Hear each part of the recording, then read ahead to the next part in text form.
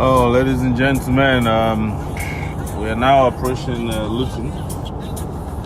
We've been driving for almost 3 hours from Manchester to Luton, and we're making this broadcast so that you can apologize to people in Luton. We're supposed to have started at 1 o'clock, right? And it's almost 2 o'clock, and it could still rain on our way here, and some other issues cropped up, but we're well on our way, and we're about some 15 minutes from Luton, so we'll be there shortly. Luton, as we love to do, is just let me introduce you to our people here. Look at who's driving today. Please say hello to everyone. Hello guys. Miss on me? Don't be distracted, you get it. Hi, this is Eunice Mukola. Yes. We'll see you in a bit. See you in a bit. And AY is already watching. AY. Yes, it is AY. Fantastic. Manchester. Yeah. And the tower here. Good afternoon. So everyone, so we'll be in Luton, and we'll be in London tonight at 8:05. Is it restaurant 8:05, right? 8:05 restaurant. For another town hall meeting in London proper, another one tomorrow, the 57 restaurant. Why did they choose numbers for restaurants in this place? Yeah, so maybe it has to do with the street number, and because I know 57 is on 57 Road. Anyways, so if we are, wow, we've already reached 115 views. Wow. 120, my goodness. You know, those are the people who like to say C Road. Yeah? Not C Road though, C Road. C Road. This is, what highway is this? It's M1. M1, okay. C Road. This highway, M1. Alright. C Road, demarcation, proper roads, speed limits, everything is here. And this is very close to Luton, about 15 minutes to Luton. Yeah. Oh, Dimeji, I see you. Yes, that guy's working up in the US, huh? So, yes, let me say hello to Andy Obeya, Victor Ashwaju, Monday, and Nabulele. These are our regulars, man. When they get to the announcements, they jump on. Right? Thank you.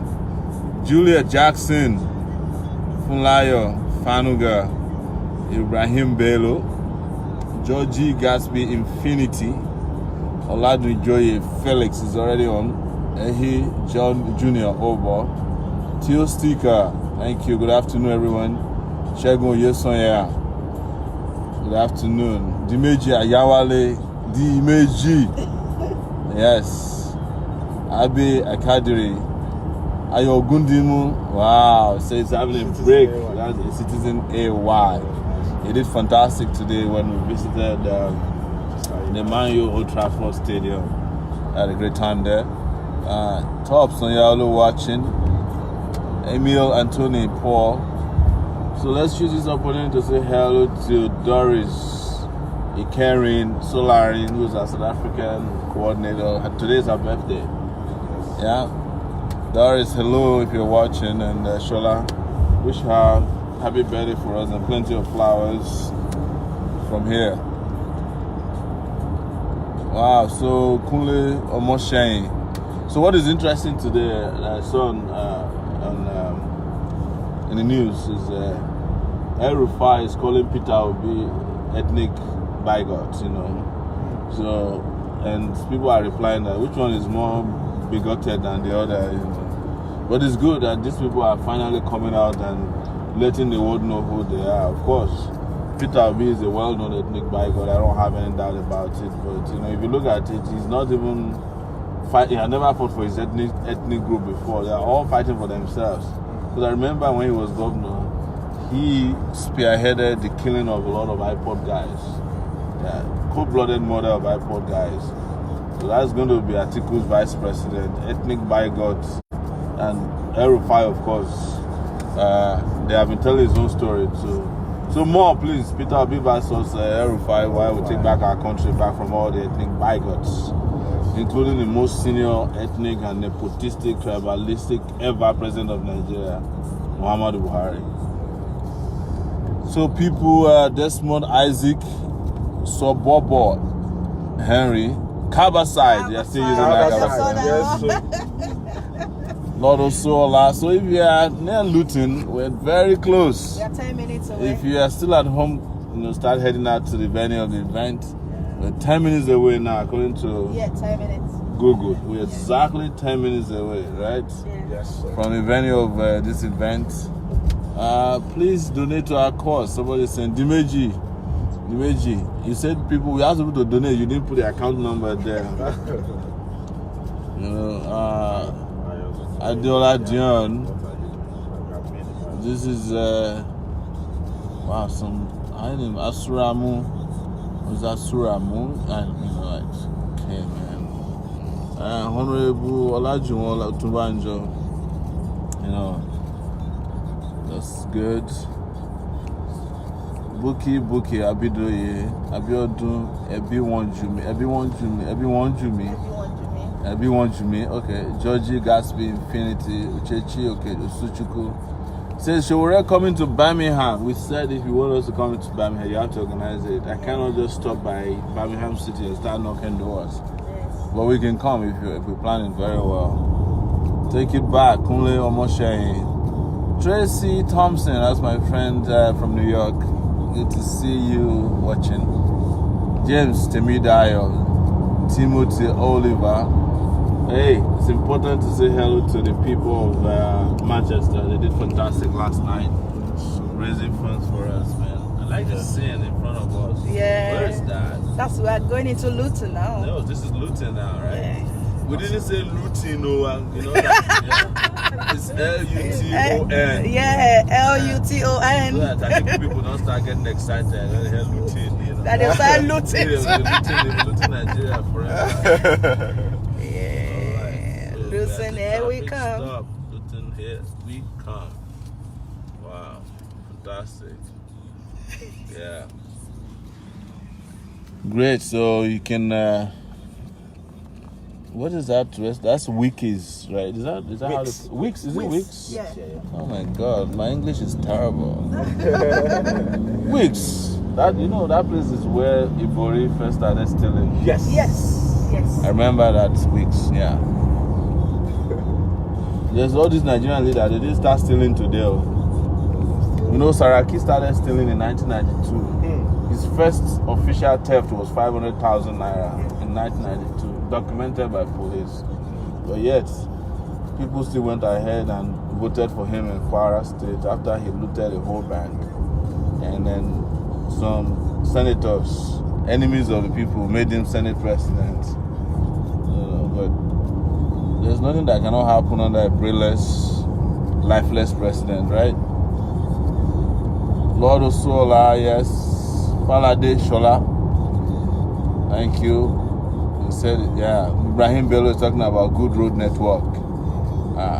Is it the road alone that you're talking about? Adesoye said, Mr. President, I'm volunteering to pick people from Canning Town Station to the 57th venue for tomorrow's fundraising. Wow, that's impressive. Wow, that's very good. Thank you so much. Thank you so much.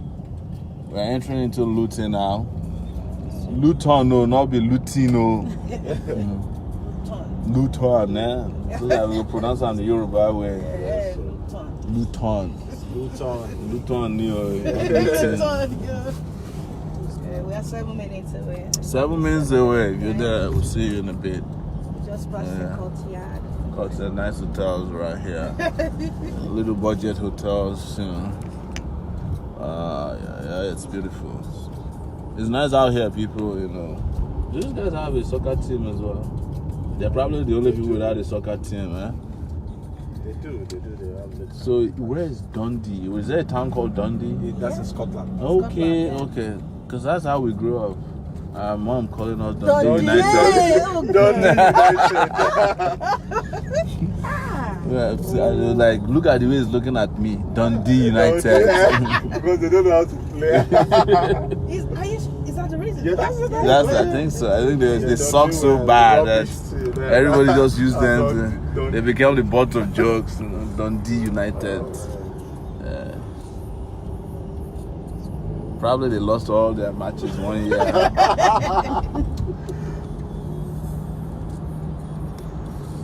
Samuel Oluwafemi Ajegbe, yes. Ola Univ. Cyril Oga.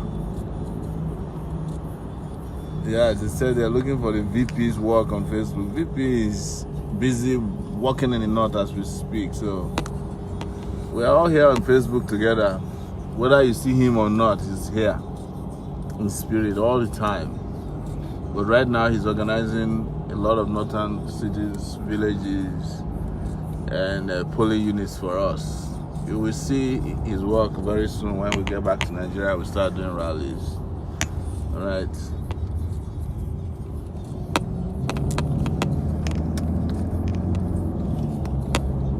How many more minutes do we have now? 5 minutes. 5 minutes will be there, man.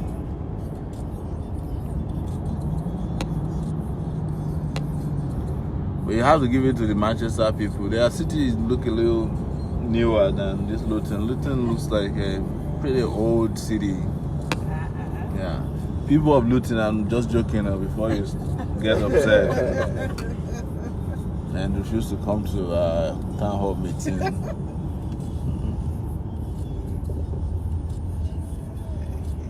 Yeah, people are still greeting my wife, man. She's popular today. She got more greetings and she got more likes than I've ever gotten in one posting in one day. And I hope she will donate some of the likes to me when I get home.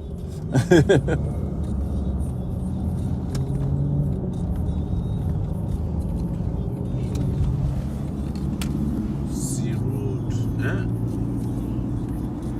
This could have been like Asaba Wari Road, you know. Or like Enugu, Port Harcourt. If not Nigeria, now police, you don't see police checkpoint, don't dig the road. Yeah. You know, stopping They just everybody. wave you down, waiting you carry. Olayinka Jimba, this is another guy has been doing a lot of campaign on Facebook for us. Amazing, he's all over the place. Angela Uriaki, Angela is in Nigeria. Stephanie Sinoda is saying that Luton people are very rich, so we should be able to get a lot of donations today. Yeah, we look forward. Somebody says zero chai.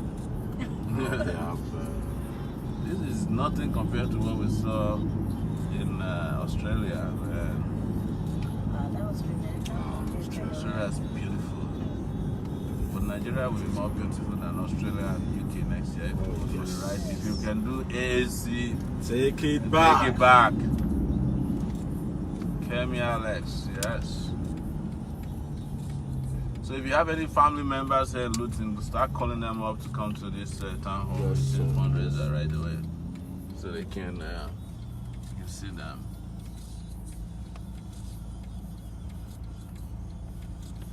So yeah, somebody said I need proof to give to my future kids that I was in this struggle. True, because they will ask you. Yeah. Your children will ask you. That's Larry Fallon there. Jumo Peter still greeting the First Lady. Esther Asham. Buki Abidoye. Yanugo Kazi, she goes here. Abdurashid Akwani. Someone said, acknowledge me or I will acknowledge myself. Who is that? I think his name is it Ayanugo Chigoze. Yanugo, yeah, I just think I just acknowledged that person just now. Thank you for letting me know. We're like 2 minutes away from the venue of today's event in Luton, so we're exactly an hour late. Apologies, please. Even I made a drive. I've not reached that. I've not reached here since. Yes, sir. But I don't get UK license and I cannot drive a car with steering on the right side. I don't know how you guys do it, but yeah.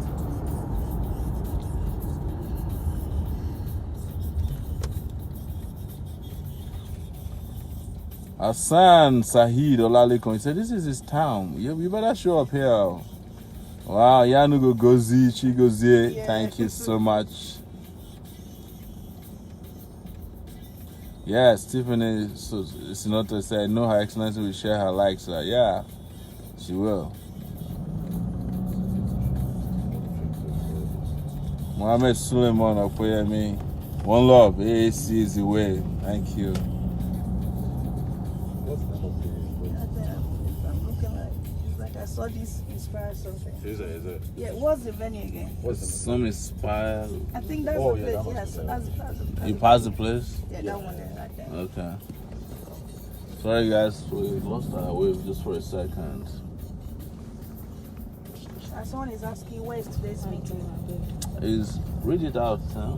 It's Inspire. Do you have it? Inspire Little Sports Village. Okay, it's Inspire. What's the postcode? It's Postcode? right here. Yeah, you can see it. You can see it on the wall. Inspire Luton Sports Village. Okay. Perhaps said I'm on my way, Mr. President. Thank you. This is Luton Sport Village, man. See how they invest in nice things for people around here.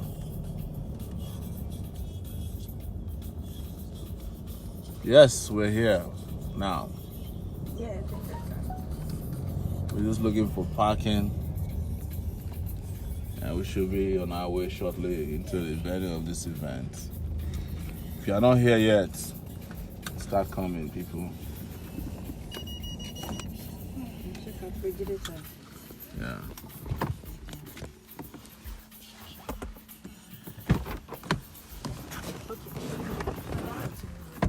Hello? Hello? Yeah,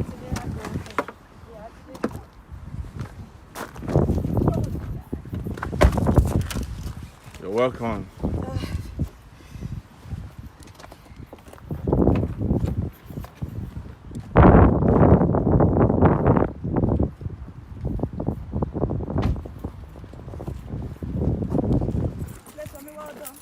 Thank you so much. You're welcome, sir.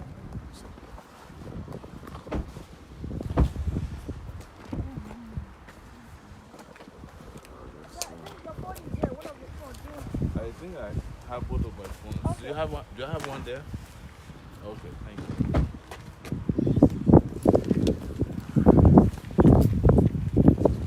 I see some people just arriving.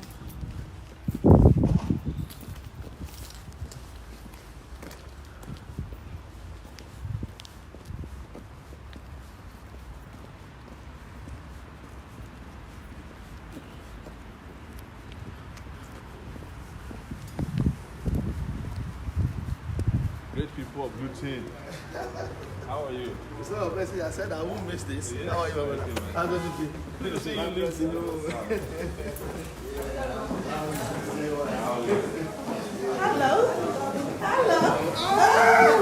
How are you?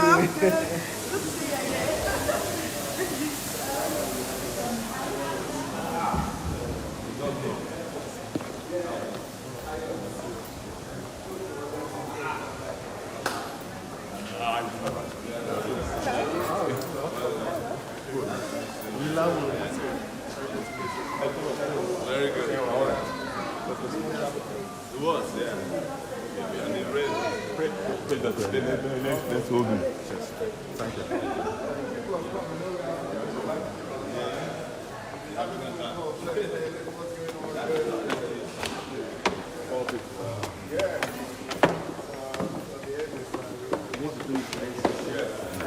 Sorry, no. Let him sit down. Yeah. Yeah. Good to know.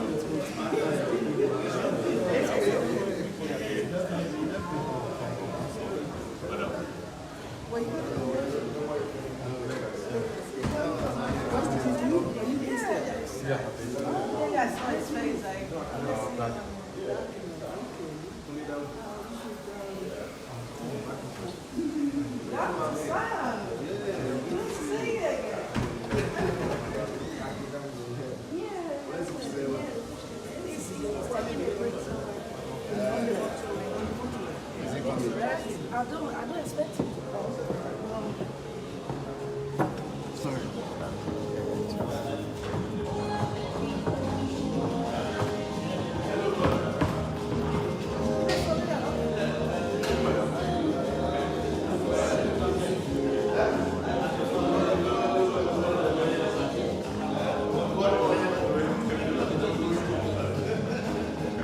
Check 1, 2.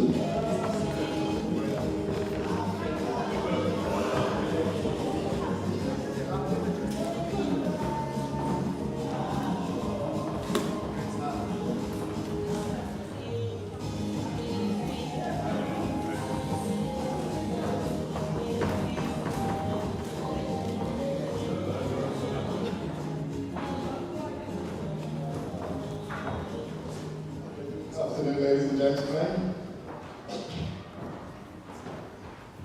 Slight apologies for the delay. As you can imagine, we've had to put this in a very short time. We've run out a few times, about a few amount of days to organize this fantastic day, and I'm glad that we are here. As the first things first, I'm glad we're here, and I'm very proud for those who have traveled far to be here today. Also, I would like to say apologies for sincere delay. So we're here. First and foremost, I would like to acknowledge Jide, who has been very instrumental in ensuring that the whole of this organization to get us here today was very, very thorough. And for him to be so steadfast in what he believes in our collective vision and our brought us here. And most importantly, the drive that he has constantly put in, the effort he's put in to make sure that people who are relevant to our cause are in with us today. So please, come here, say that here to Jide as we welcome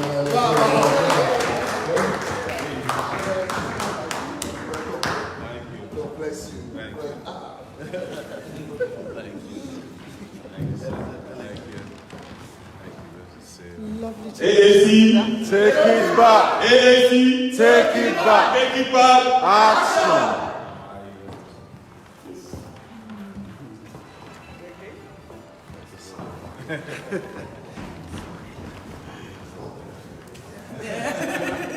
Thank you, ladies and gentlemen. I'm going to start again. We are here today for a reason. No matter how many numbers we have here, ladies and gentlemen, for the fact that we are here at all makes a lot of sense and makes a lot of joy that we are going into putting it and having a start. Before I start, can I welcome Omoyele Sowore to Luton? AAC! Take it back. AAC! Take it back. Take it back! Action. Yes. We welcome you here, Omoyele Sowore, to our small town of Luton. Before I go on, can I just say a little bit about Luton? Luton, I've been here for some time, is a small town. We have not been given the city status yet, but Luton, that's the only town in Europe with the biggest one-day carnival. Luton, the most diverse and most cultural town in England. We've had that for many years. Luton is the only town, I'm not going to say city because we are not city yet. It's the only town in the UK where you have every citizen from everywhere in the world. And I say this with pride. Yes, so Luton, a diverse town. I've now welcome our man here, Omoyele Sowore. Sir, we are glad and happy to have you here. Thank you. Can I say, it's a little bit into time. We lost about one hour. That's fine. But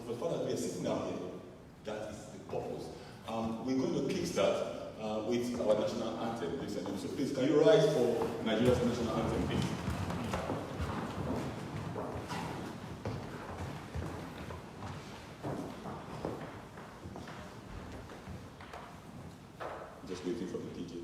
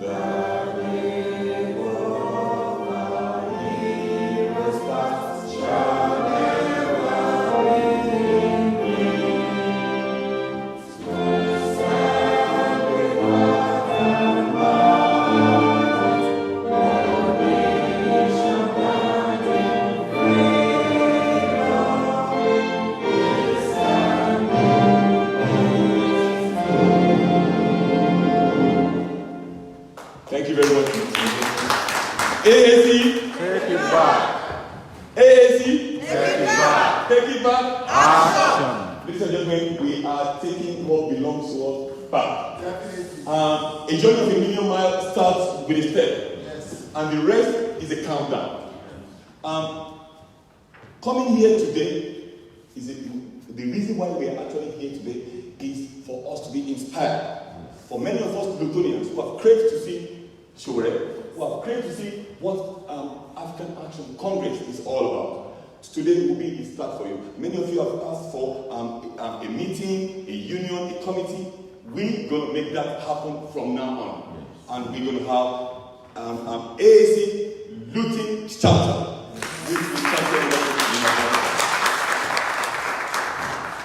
Before I go on, can I ask a few of our notable Lutonians, people who have been there for many Nigerians here. I remember 19, 20 years ago, when I came to this town, there are people who have stood and helped every Nigerian in many ways. They've been there. Please, will you put your hands together for Mr. Eric, please? Please, Eric, could you join on the stage, please?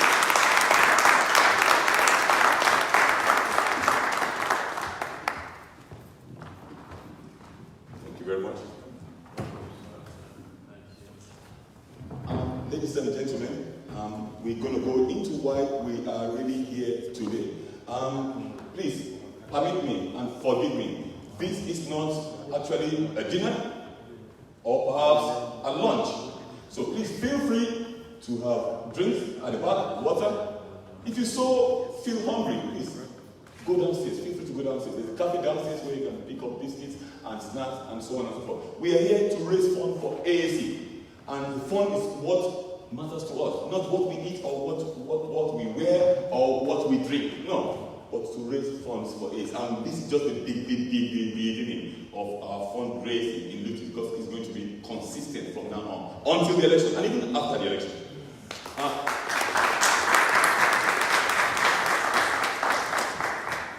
Our reason here today is to present to many of us who are not in doubt, but who are not in the know of what AAC is all about and what that party actually stands for. Today we're going to be presenting a theme, which is 21st century leadership. What does it take to be a leader? Or what has it taken to be a leader in the past? And what are those shifting paradigms that we want to bring in now? What should change? And what should we include in those that tend to lead us? Because we tend to have this recycled cabals who come with the same surnames and wanting to live that life of embezzlement over us without anything to show for it. But I know there will be a time when somebody in this life will stand up. And that person, regardless of age, will be the one to confront those who are leading us into nowhere. I commend the effort of Omoyele Sowore so much. I so much respect him. We have a lot in common, and I've followed him for a long time.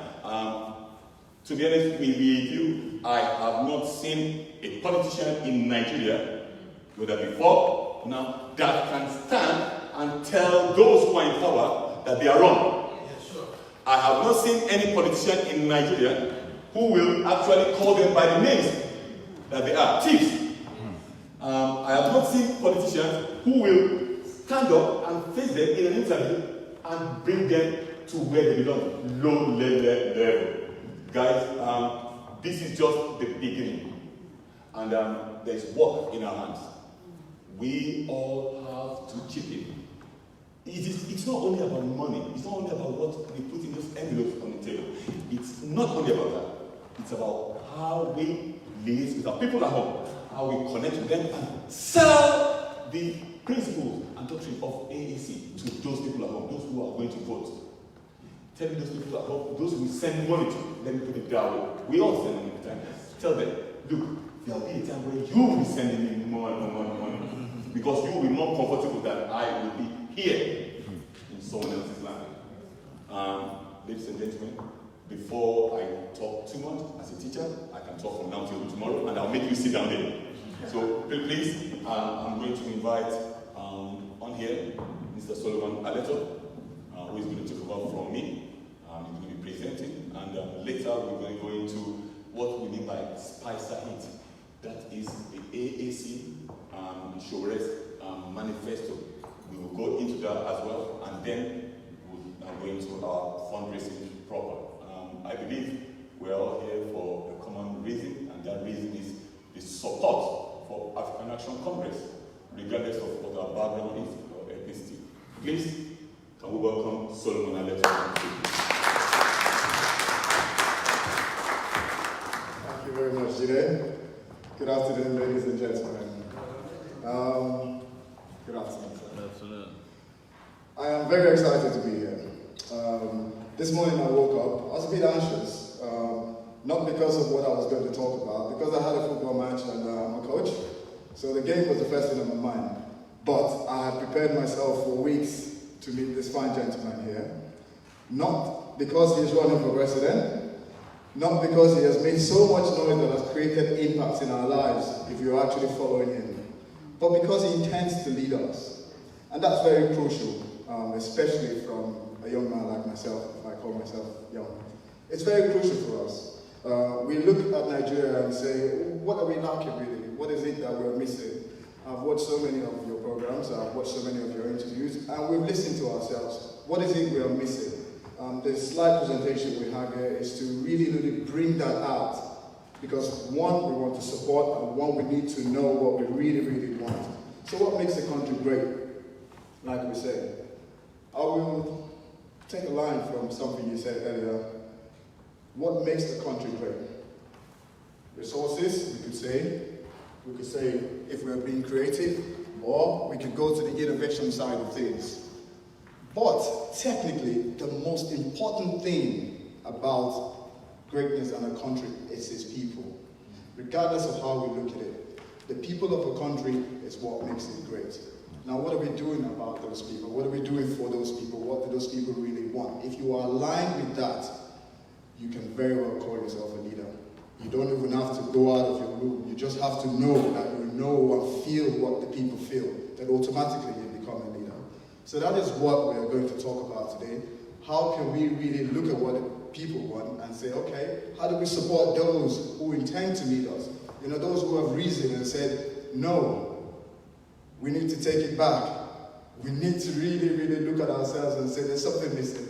Our resources are not being exploited. They're not being exploited properly. Let's do something about this. So so we go from there. There's a big quote somewhere that says an investment in people through affordable education.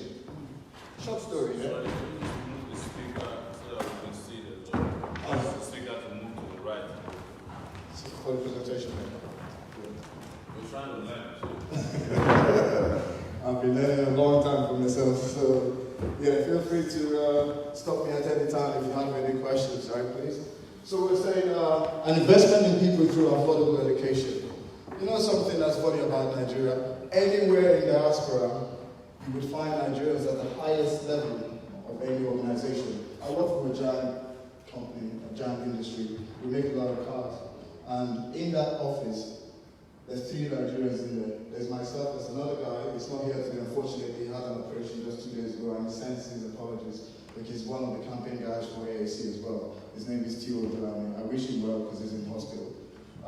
Now, as you can imagine, affordable education is something we've been craving. Why do we have to come out here and get the best education? Why? Why can't we do it in our country? It's simple. Leadership. Then, work skills that lead to opportunity for economical and financial success for everybody. There's a big difference there when we say for all. So we're talking about from nursery school through to secondary school, down to university, down to the people working. Right? This is what we crave for, this is what we want. Like Gina said, we're here to inspire, don't get me wrong. In as much as we know what we need to be here, but we have to get inspired by what we're trying to do for the country. So we look at it and we say success for all. Everybody knows the definition of success, but I put it to you guys that look, success is basically, in any shape you look at it, is the progressive realization of a worthy ideal. So all of us here right now, the fact that we're supporting a worthy cause, why can't we call ourselves successful? Where are we missing that point? Where can we rise up? When can we rise up and say, our country is successful if we have the right leaders to push us through? That's the second point when it comes to what makes us great. So we look at kindness, care for its citizens and for the citizens of other countries. All of you know what they think about Nigerians abroad. We've had our image tarnished, we've had it back, and now we're picking up again. We're picking up not because corruption has stopped, no, not because we've all of a sudden become brilliant, no. We're picking up because of self-realization. We are realizing things are happening. Things are happening so fast and so crucial that we look at the people in this room today and say, look, we are young, we are dynamic, we can make a difference if we are aligned with leadership. We go back to resources, creativity, and innovation. Now, Omoyele has used the word creativity in so many of his interviews. Dare I say that some people actually miss the point when we are being creative, when we say, what is creativity? Creativity is you able to wake up and say, I can do this thing, and have the imagination to see you through, and have the right qualities to see you through. It doesn't matter about experience, your imagination is everything. We've heard so many people say, hey, look, where's the experience? And I say to them, all the experience we've had before, what have they done for us? What we're lacking is imagination. We need leadership, we need leaders that have the right imagination. And when you talk about imagination, you're talking about being creative. Creativity comes from the word create. Your party is excellent. The reason why I align myself with AAC is because of the words that it has in it. African Action Congress. It's not just for Nigeria alone. 2 weeks ago, when we knew we were going to give this talk, myself and Gina went to the university, we went around to local places to feel the people, to feel the Africans around us, to feel our brothers. When we said, you know, we're going to host the presidential candidate for Nigeria. One guy stood up and said, if I cannot be there, please can you record this thing? I need to listen to it. We need leaders. Please just record it for me specifically. I said, no problem, I'll do that for you. Right? He's an African, he's from Zimbabwe. They are watching. They see what's going on. They see the older fellows trying to run away with our lives. They see the younger people fighting. They see it. They're not having a laugh. They see these things. But they're waiting. They're waiting for us to react. They're waiting for action. They're waiting for us to decide to take action, which is what has led us here today. So, how do we change the narrative? It's very interesting because I grew up in Benin. Don't let my accent deceive you, please. I can switch it 100 times. But I grew up in Benin. For 20 years I lived in Benin. And I saw a lot of things exciting when I was young. The stories we used to tell ourselves while I was a kid. Exciting stories about the future, about how things were going to grow and how we want to be this when we grow up. You know, I wanted to be a medical doctor when I grew up because, you know, we're from a medical family, so basically I had to conform with what I knew. So, but the narrative then was Nigeria is going somewhere. Now things started to change, as you can imagine. Things started coming in, strange things like you need to structure your stomach. I didn't understand that. structural adjustment program. What is this all about? What are we restructuring here, you know? That one went. As far back as, even before that, there was an operation to feed the nation. And I thought, fair enough, we're not really hungry like that. You know, even as a young age, I knew there wasn't something right about that. So we look at those stories, and then we move forward, and then you have leaders who all of a sudden will wake up as a new guy in town from nowhere. I went to military school. For the first 3 years of my secondary school, I was in military school with a lot of military guys who took Nigeria for granted at some point. So I went to school with a lot of their kids. So I know exactly what the narrative was when I was at school there. And I know what really pained me coming from Benin as well. My dad was in the army, he fought in the army, he was a major, he was a medical doctor, came over to England, got what he wanted to do, and then went back to serve his country as a medical doctor continuously. So, that narrative I constantly told myself was, this country has to be better. At a young age of 13, I realized that if Nigeria was to be good, it needed people who would actually lead us to a very, very good place. This is a 13-year-old boy. I say that because immediately after I left Command Secondary School, the first thing when I got to secondary school I went to, I looked at it and I could see the politics there already. I could see what was wrong. I knew things were not working as were supposed to be. Now, that narrative we're telling ourselves is the story we're constantly telling ourselves. Are we good enough? Or do we just conform? Now, to be honest, a lot of us conform. We are following the followers. A couple of days ago, I made a short video, and I was getting some pressure for some of my friends, as you can imagine, who have, joined the other parties or doing whatever. And I said, look, this is not about party affiliation. In as much as we know we need to support those people we believe in, this is about aligning with the people you call your leaders. If someone is going to lead you, are you ready to follow that person? And then why are you following that person is the main thing. Are you just conforming? If you're conforming, then the country has a problem. If you're following the leader because he has a vision, then there is hope. That's the way I see it. There is hope. There's hope in what we're doing. That's the narrative we have to tell ourselves. There is hope in what we're doing. Hope is waking up in the morning and knowing, I have a leader who can take us where we want to go. I have a leader I believe in. I am not afraid to confront my leader and tell him what's going on, tell me something, and he will tell you. He will project it for you. That's the hope we're looking for. That's how we change the narrative. Then, what are we telling ourselves as Nigerians? I mean, when I walked in here when the party 2 was playing, I took my time and listened to the words, because I hear around the level. I listened to the word. I felt a sense of pride, because we're 6,000-7,000 miles away from home. We're in a small town in Luton. Regardless of how we look at it, we're sitting here with greatness, regardless of how you look at it. If you know the story about Malcolm X, if you know the story about Martin Luther King, if you know the story about Obama, then I would say to you, look at yourselves today and see what story you're being told today. What is the story that you're actually creating today? It's not the fact that we're here looking, it's the story that we're building up. In 10 years' time, somebody will say, what happened in Luton? Moyole was in Luton. Okay, who's a Moyole Sowore? Oh, he's the president of Nigeria. Take it back. Action. Thank you. Now, how are we preparing for the future? This is it. We are already doing it. Don't get me wrong. We are already preparing for the future.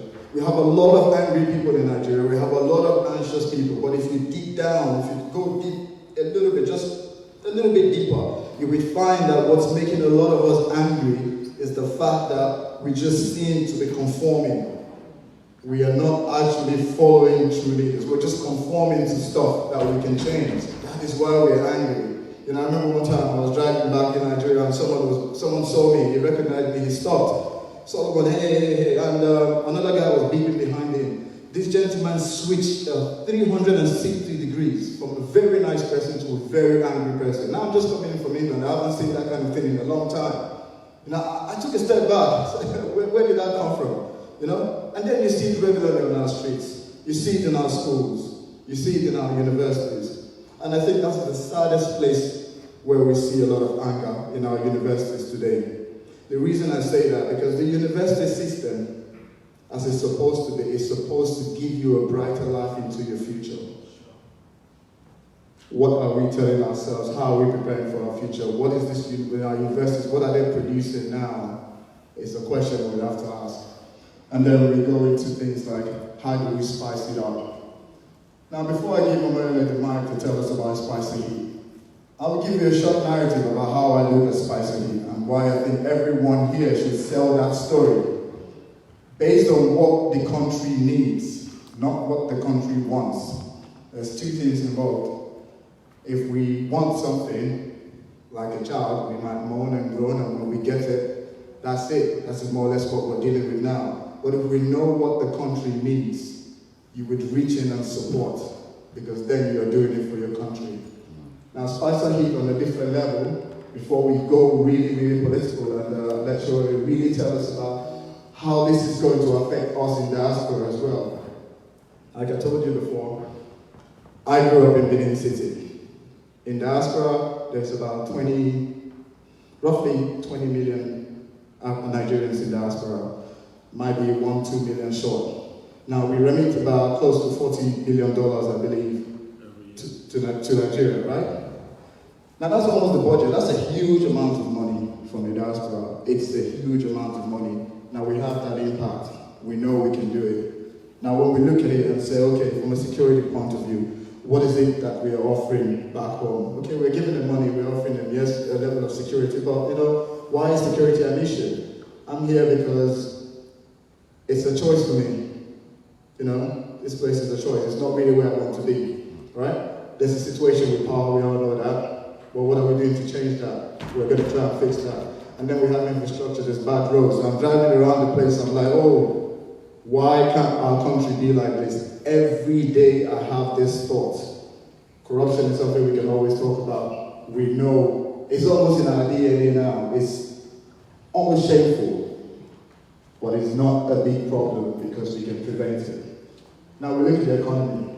Now the leaders we have, they're doing what they can do, let's put it that way. But what they're doing is not enough. A great man once said, make sure you do all you can do. And all you can do is what you can do, but make sure all you're doing is enough.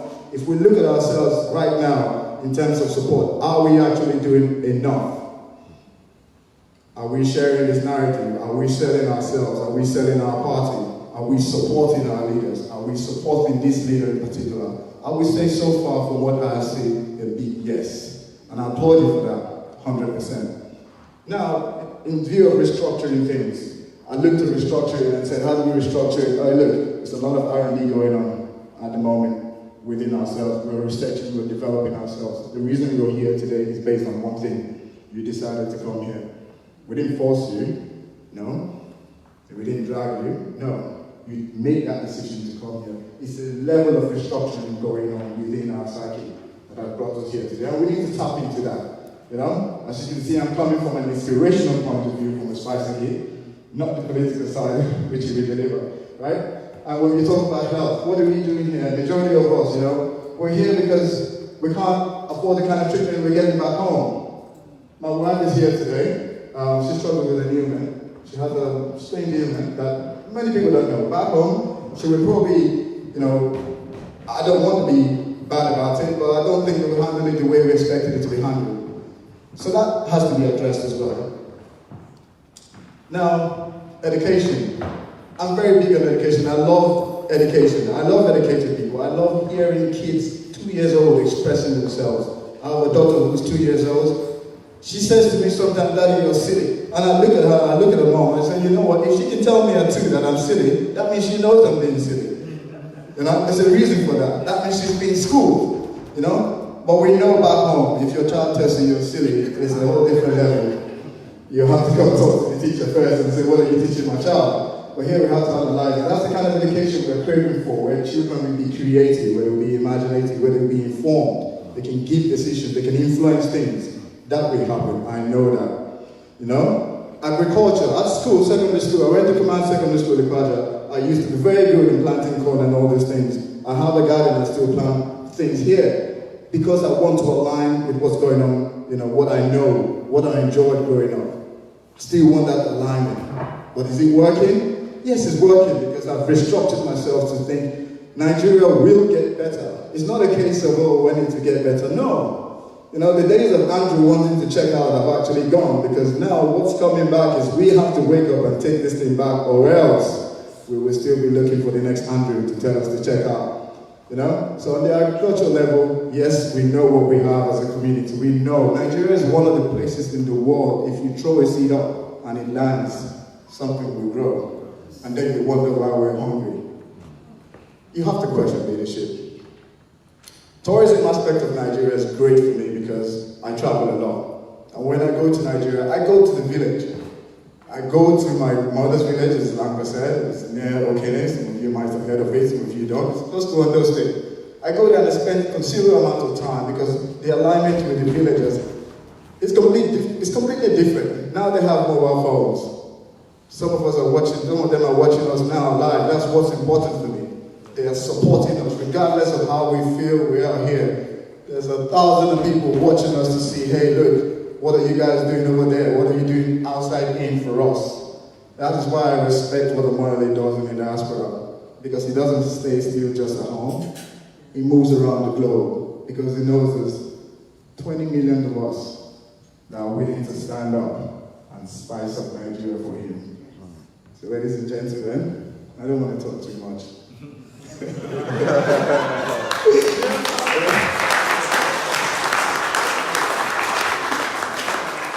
I would like to say, this is what I've got from Omoyele so far, from my point of view.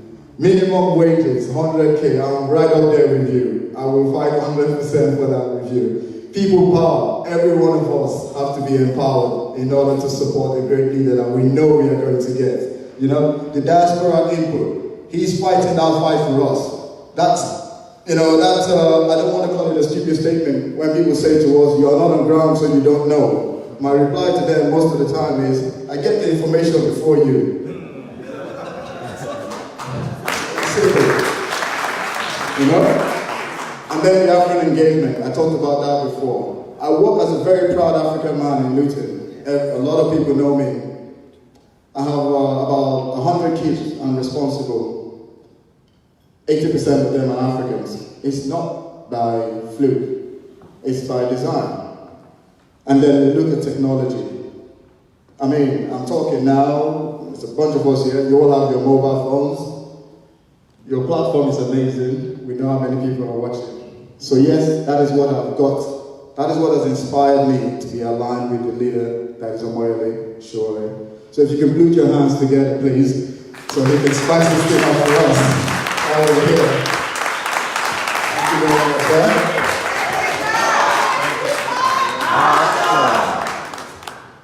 AC, Take it back. take it back. Action. Hey man, I have to thank you so much for starting off this day.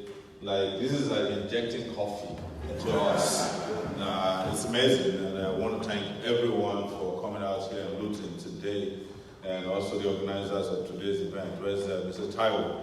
Thank you so much for bringing us together here. We are blowing through the United Kingdom, as we do everywhere we go. We call ourselves the Hurricane, and everything we take with us as we move through cities, we move through villages, towns, we move through senatorial districts. Everywhere we reach, we clean up.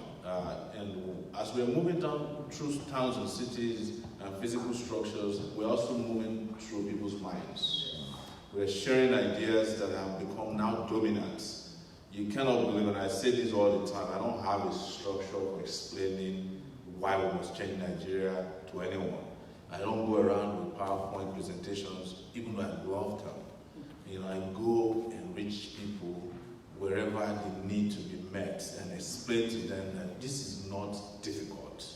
To explain to people that in 2018, there is nothing complex about constructing road from point A to point B anymore, because other African countries are doing it who were not even there when Nigeria started a long time ago. There is nothing difficult in setting up a hospital and putting a doctor there to diagnose people appropriately and treat them. There is nothing difficult anymore in constructing a train station, a rail line, from Lagos to Calabar. Even if you have to do it by hand, there are enough people in Nigeria, young people, who can help you set up a dual gauge, and in 100 days we'll know where we are. Guess what? The same country where they say this is impossible, they dug underneath the ground to put cables for phone companies around Nigeria. I saw them doing it. And today, all the phone companies already have network around Nigeria, including Sambisa Forest, where Boko Haram is doing so well today. So how come governments cannot make these things happen? So when we discuss this, we discuss it with conviction. And I have said it, that even though the whole country might be comatose, one person can inspire a country to freedom and glory. And the rest of us just need to wake up and embrace these ideas and ideals that can make our country a fantastic country. I have no doubt, I cannot lose hope in Nigeria, because as long as I see the people they call Nigerians, they are the most unique people you can find on the surface of the earth. But then you have to wonder, and curiously too, how is it that these very dynamic people allow themselves to be governed by fools and dumb people? Some of the most educated people, if we walk into Luton today and you look at records, the best doctors are likely to be Nigerian, the best lawyers are likely to be Nigerian, the best architect is likely to be Nigerian, the best teacher. I've been to places in Europe where people who are residents there, people who are citizens there, insist that they want their children to go to the school where the Nigerian teacher is. They insist that they want to go to the hospital where there is a Nigerian doctor. But the same thing is not applicable at home. But guess what? In just 8 months as a movement, in just 2 months as a political party, our ideas are spreading like fire. To the extent that even the analog brained leaders in the country are stealing the ideas every day, even though they can't catch up. Yesterday, I actually read this morning, Buhari is saying that they are now going to make broadband available across Nigeria. Wow, I said that's digital leadership, but it's coming too late, because the man doesn't understand the meaning of broadband. Somebody just told himself about, if you don't finish these AAC people by catching up with them, let's just go and issue a statement that will make broadband available. But we have gone past that level. We have reached a level where we have promised Nigerians that Wi-Fi will become a fundamental human right.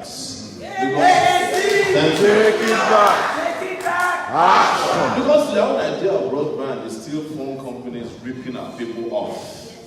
But our own idea of it is that it will become free, almost free, because there are companies out there who would invest in the people of Nigeria if only they can find a government that they can relate with, who can help the ideas become something that will benefit the people of Nigeria. So recently, we've been getting involved in meetings with even some of these European representatives. They're catching the fever as well, and one of them invited us to the meeting, and we started having a conversation. They said to us, look, there are things that, even as much as you think we are not trying to help you, there are people who we bring into this country and say, look, provide free things to Nigerians, things that they are willing to.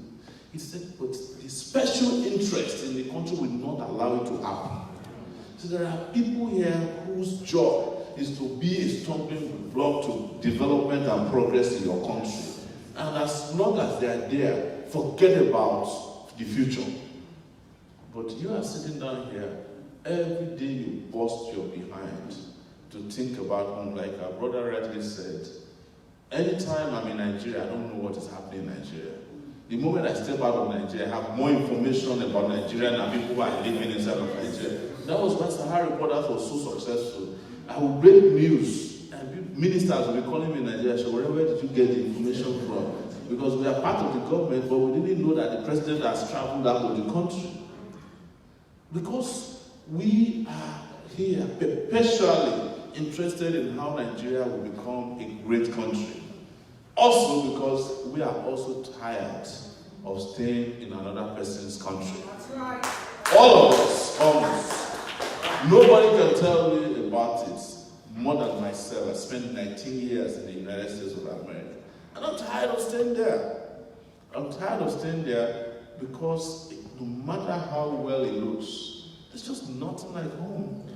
There's nothing like being able to wake up in your own country, feeling that you are genetically tied to the place, where you feel happy and healthy. One of our brothers who couldn't make it to this place today was talking about his back. He has chronic back pain. But he said anytime you go to Nigeria, the heat in Nigeria can hit your back. Yeah. But right now, the government in Nigeria is breaking your back. The leadership in the country is breaking your head. We need to change that. The only way to change the Nigerian narrative of death and destruction and disease, the DDD, the triple D, is to change the leadership of death, leadership of destruction, and the diseased leadership in the country. We introduced something today that we have to kill the kebabs in the country, and that this campaign will be carbicides, just as we have insecticides. Right on. Yes, we have to fumigate the land. And there's nothing to be apologetic about, ladies and gentlemen, in the work we need to do for Nigeria. Whether you are in the diaspora or you are at home. Because if we don't do it, it will get to us somehow. If we ignore it, you know how Nigeria is. It will follow you everywhere you go. If we don't do something about it now, and this is the best time, the country will go down completely. It's almost reached ground zero right now. I'm talking about Nigeria. I've been traveling Nigeria for 8 months non-stop. And each time we travel in Nigeria, we also have the bad luck of traveling outside of Nigeria. And you go, you can imagine you are coming from Sokoto, and then you find yourself in Perth, Australia, like the following week. The paradoxes of those two places, geographically, physically, humanly, makes you become very depressed. When you are then traveling back to Nigeria. You imagine traveling back yesterday from Murtala Mohammed Airport, right? One of the worst in the world. And then landing at Heathrow.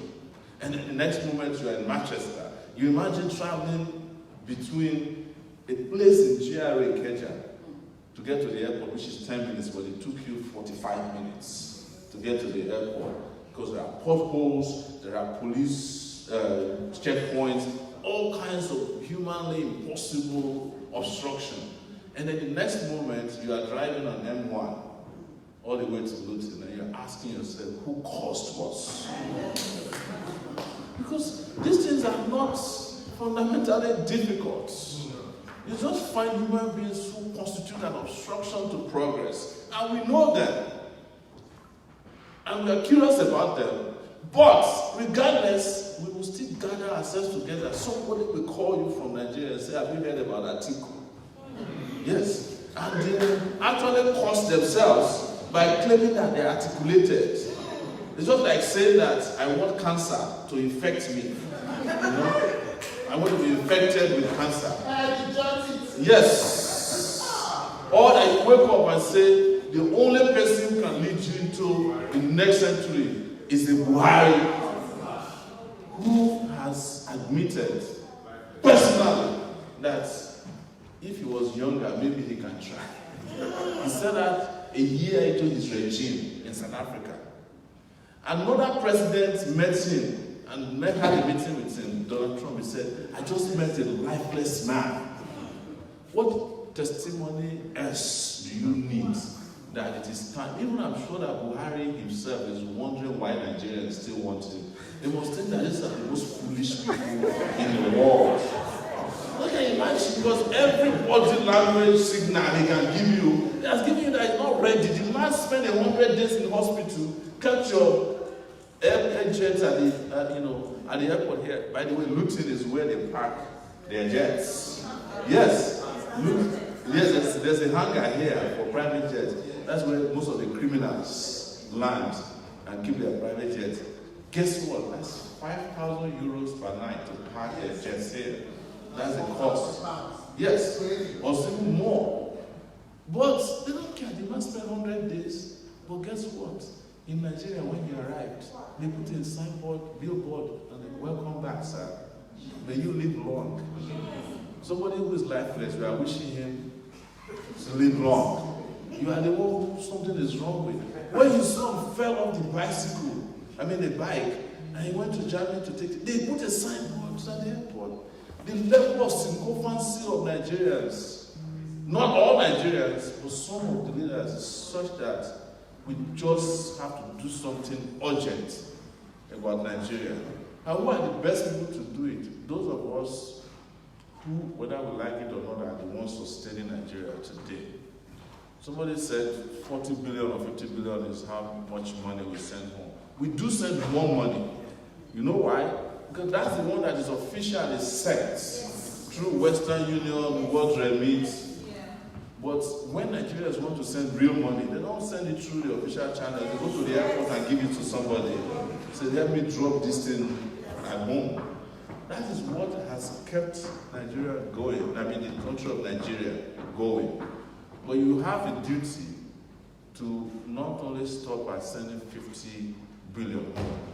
We need a little bit of investment more in ourselves, in a political process that can deliver this country so that finally you too can breathe easy. Yes, I'm sure that the money you send home every year, you could do something with it. There are sometimes people have to forego their annual vacations so that they can send money home. You know, because whether you like it or not, you must have a relative that's going to wed. There must be someone who is sending their children to school. There was somebody who just fell sick and is about to die.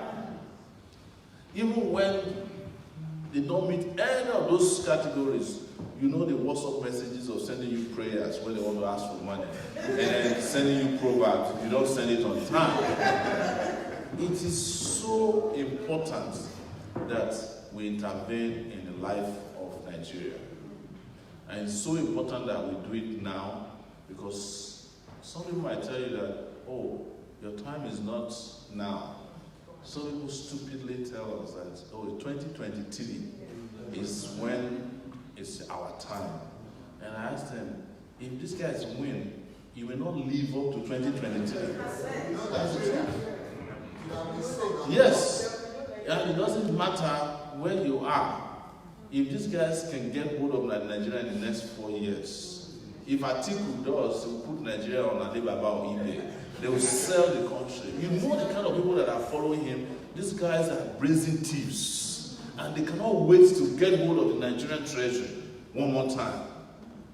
If you give Nigeria back to Buhari, you are dead, because he will take you down to his grave with him. He's already lifeless. And these guys have nothing to lose. The people that got something to lose are 70% of the population of Nigerians, young people. But guess what? Some of these young people are the ones who are they are the first line of defense of the oppression in the land. If anything goes wrong and it's pointed to them, they say, is Nigeria the worst? Rome was never built in a day. And you ask them, was Rome built forever? There was a plan to build Rome.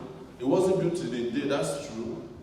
But Rome was not built at this time. If it was built at this time, Rome probably would have been built in a day. Because China is building cities in 1 day now. And they have what they call ghost cities, apartments that have never been occupied before. So you have no excuse. Because you got the most powerful resource in the world. People, Nigerian people are the greatest people we have as resources. Not oil anymore. Can I have your attention, please? This is a staff announcement. Can Mike from IT please come to reception? Mike from IT to reception. Thank you. So you have to think about this progressively. You have to be deep about it. You have to be deliberate about it to support a new generation of leaders, there must be a transfer of power, a transition from the current idiocy and stupidity to a digital leadership. And we have been able to demonstrate it since we started as aspirants, as movement people, and eventually candidates. Everywhere we have had a chance to have a conversation about where Nigeria should go. Nobody's in doubt that we are the best equipped. When I met the Minister of Communication, we were able to prove it that this man doesn't know what he's doing, and he's the Minister of Communication. That's the man in charge of technology in the communication sector. The man did not know how to use Google. Yes, if he did, he would have known that I'm not from Ile-Ife. Right? When we met other candidates and we had a conversation, no one of them could argue with us. When we discussed minimum wage, and they said all the economists in the country claim that it will cause inflation. That's the only thing they understand. Any economist that only understands inflation, you know that he's not an economist. He's just a trial and error speculator. And we have asked them, so 100,000 is going to cause inflation? They said yes. So we developed a tool online. It's called a salary calculator. You compare your salary with that of a Nigerian senator. So we discovered that if you are earning 18,000 naira per month, it will take you 36 years to make the amount of money a Nigerian senator takes home in a month. I mean, did you hear me properly? Yes. If you are earning 100,000 naira, it will take you 7 years to make the amount of money a senator is taking home per month. Not the amount of money now, but their allowances, because there's a difference between the senatorial allowance, which is 13.5 million naira, and their monthly salary, which is about 1 million naira, and then they get some other perks. Yes, they have wardrobe allowance, they have saliva allowance, they have all kinds of allowances. By the time you put all that together, there's no... So what the senator is earning in a month as allowance alone is the salary of 2,076 Nigerian workers at 18,000 naira minimum wage. So you ask yourself, how come that is not causing inflation? And we have not even talked about the looting of the economy that happens underneath our watch, the ones that are documented officially. And those things are not causing inflation. And we have been challenging them. No one of them could respond. Not even some of the younger candidates who are going around gallivanting. When they were confronted with questions of economic nature, one of them was moping in front of me on TV. I said, sir, what are you paying workers? He said he's still calculating. I said, we are 124 days from election. Still, it's 100 days now, no response. When they talk about the economy, they say, which economy are you talking about? Nigeria doesn't have an economy because an economy without electricity is not an economy. An economy that is incapable of creating a production base is not an economy. An economy with no agricultural output is not an economy. The only state in Nigeria that is growing rice, I think it's Yobe or Kebbi State. Is it Kebbi State? They made 150 billion naira last year from sale of rice alone. So imagine if all the states are growing rice, how much we'll be making. But instead of growing rice, what did the federal government went and did? They came out with their own statistics that Nigeria is no longer importing rice. In fact, they lied that rice mills are closing down in Malaysia and Singapore and Thailand. Until those ones came out and said, there's nothing like that in our country. We did our own research, found out that more rice is entering Nigeria, but through the border, than before. Because Nigeria has got mouths to feed. Propaganda cannot feed people. But what did they need to do about agriculture is to get the state governors to stop buying Prado Jeeps and start buying tractors. When we were approaching looting, the first thing we saw is like, I think you have some kind of valley overlooking from M1. And then I looked and I saw cow ranches. I saw ranches on our way here. And so there are farmers here. And that's the same problem we have in Nigeria that they call herdsmen versus farmers. Because all the farmers that are killing themselves with herdsmen, they are the subsistence farmers that are growing 1,000 naira cassava per year. But if we are serious and we can ranch all the cows, about 3 million cows that are roaming around in Nigeria, and we can put ranch out there, the man who is a household man gets a ranch, he puts his cow over there, we can even be collecting taxes per cow, because we are the ones helping you. And when your cow delivers, the government can know how many cows are born per year. We're not going to be like Buhari's cows that are always 150, per year, that never increase in number. At the moment you're able to monitor this, you have data and you can plan. But beyond that, do you know that cow dung can be used in generating electricity? That is digital and forward-looking leadership there. Over 1,000 megawatts of electricity can be generated from cow dung alone.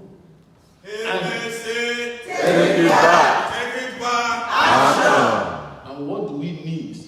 We need 24,000 megawatts of electricity to be able to put Nigeria on a 24 hours supply of electricity. It's not impossible to do. In fact, it's the easiest thing to do these days with the combination of solar energy, which is in abundance in Nigeria. Do you know on our way here, we went to a stadium, right there, the Old Trafford Stadium, where Manchester United loses their games every time. Yes, I will get you guys upset. So, our tour guide took us around, and when we got to the main bowl, he was explaining to us how they grow the grass. He said the grass is about 90% natural, but 10% of it is fiber that holds the grass together so that it could be in use year-round. But he said something that was amazing. He said, we met some, we met some things on the pitch, on the main bowl. They're like, they have tires and they're like all these twisted metals. And we're about to ask him, we thought they were like irrigation machines. Turns out he said, we're not as lucky as you guys are. We don't have enough sunshine here. So they had to create artificial sunshine to keep the grasses growing year-round. Artificial. We will have abundance of sunshine in Nigeria. We just need to put it out there to help us grow electricity. If you do Sokoto State, you do Yobe, in fact, there's no way in Nigeria that solar energy will not work. But there is nobody in Nigeria who is thinking about that because they don't even understand what solar energy is all about. Everybody is waiting for the oil from the Niger Delta. They're waiting for gas in the Niger Delta. And the moment the militants blow up a gas pipeline, the whole country is in darkness. They don't even understand that you don't need to pipe gas for it to get to where it can generate electricity. You can truck gas to an electricity generating plant, pump it in, and more trucks come in as an alternative way of transporting gas. Look at Nigeria in 2018. Households are not supplied with gas. So that you're cooking gas, they are still rolling gas cylinders all over the place in Nigeria. I don't know how many of you have seen gas cylinders, except maybe you are going camping at one time. Nigeria, there's no single house. So, in all honesty, the country is a virgin land where you can practice any form of development at this time. In such a way that you look at Nigeria, maybe even in a year's time from now, and you'll be wondering, wow, I didn't know I was part of history in Luton when I was talking to these guys. Because we know what to do already. The brains to make Nigeria work, they are sitting in this room with us. Some of you are engineers that are working to build tunnels, to build trains. Some of you are working to design highways. Some Nigerians are helping to design airspaces for other countries. Everywhere else we go, we are helping to grow other people's economy. But we are not even allowed to peep into our own economy. Any one of you now who is planning to go to Nigeria, you have to first of all fast for days. And the fasting will include that when you get to the airport, that your bag will come out of the conveyor belt. The other day, we have a video on my page. Electricity went out for 45 minutes at the arrival hall. 45 good minutes. I mean, who is still doing that in the world? And you cannot find these leaders taking responsibility for it. What they're doing is right before our eyes. They go on the highway, construct like 2 kilometers, put a picture of it on YouTube and Facebook, and people will be clapping for them. But when you actually drive on those roads, you know, it's all false. It's just doing experimental deception of the Nigerian public. You know, it's a social experiment in deception. And we are in this continuous circumlocution. So what is Spicer Heat? Ladies and gentlemen, our run trade, number one intention we have in Nigeria is to keep Nigeria safe. That's the word S is security. The second one is, of course, power. And we are bringing in technology to bear in providing electricity to Nigerians to the extent that we expect that in 2.5 years we would have moved from 4,500 miserable megawatts to 24,000 megawatts of electricity, so that we can at least have 24 hours electricity in all the major cities. That's not enough, by the way. What will be enough will be about 100,000. But the moment you have 24,000, you can move progressively towards 100,000. Because countries like South Africa, which we claim that our economy is bigger, is about 62,000 megawatts of electricity. You are asking yourself, where did Ghana get electricity from that Nigeria can get it from? It's horrible leadership. Number 3 thing there is infrastructure. All of you that are driving on nice roads, right? We want to bring that home to Nigeria as well. And I tell you, there is something that hits me all the time I'm driving on a nice road. I don't know if it happens to you. In my mind, I feel like a thief. I feel like I should just steal the road and take it to Nigeria. You know, so I'm always looking at this. Where can we put M1 in Nigeria? So I'm looking at it. This should be Lagos-Ibadan Expressway. This should be Kano-Kaduna Expressway. That's how I feel. I'm always like something is transporting whatever thing I find as goods to Nigeria. If I find a functioning airport, I'm thinking this should be Akure, you know. And if I find, you know, a functional school, I'm always thinking, wow, we can put this one in Niger State now, you know. That's how my mind works 24/7. That's how I travel. It's almost like, and you know these things because you know it's possible. Yes, you know that these things are possible. Because why? We actually budget for these developments every year. There is no time, ladies and gentlemen, every year that you come here that you don't see Nigerian leaders come around. And I know it's the most commonly asked question, frequently asked question. If these leaders see how things work in other countries, how come they can't bring it home? But Nigeria has the bad luck of electing or selecting or appointing people who are genetically wicked. There's nothing else can describe Nigerian leadership than wickedness. Because even things that they can do for free, they will never do it for you. I know of people who donated hospital equipment to some Nigerian leaders and they converted them to their own personal hospitals. Or Nigerian leaders who will build hospitals, they will even get money from NGOs or foundations around the world, and they will never allow the equipment to come into Nigeria. There was a time GE brought a turbine to Nigeria.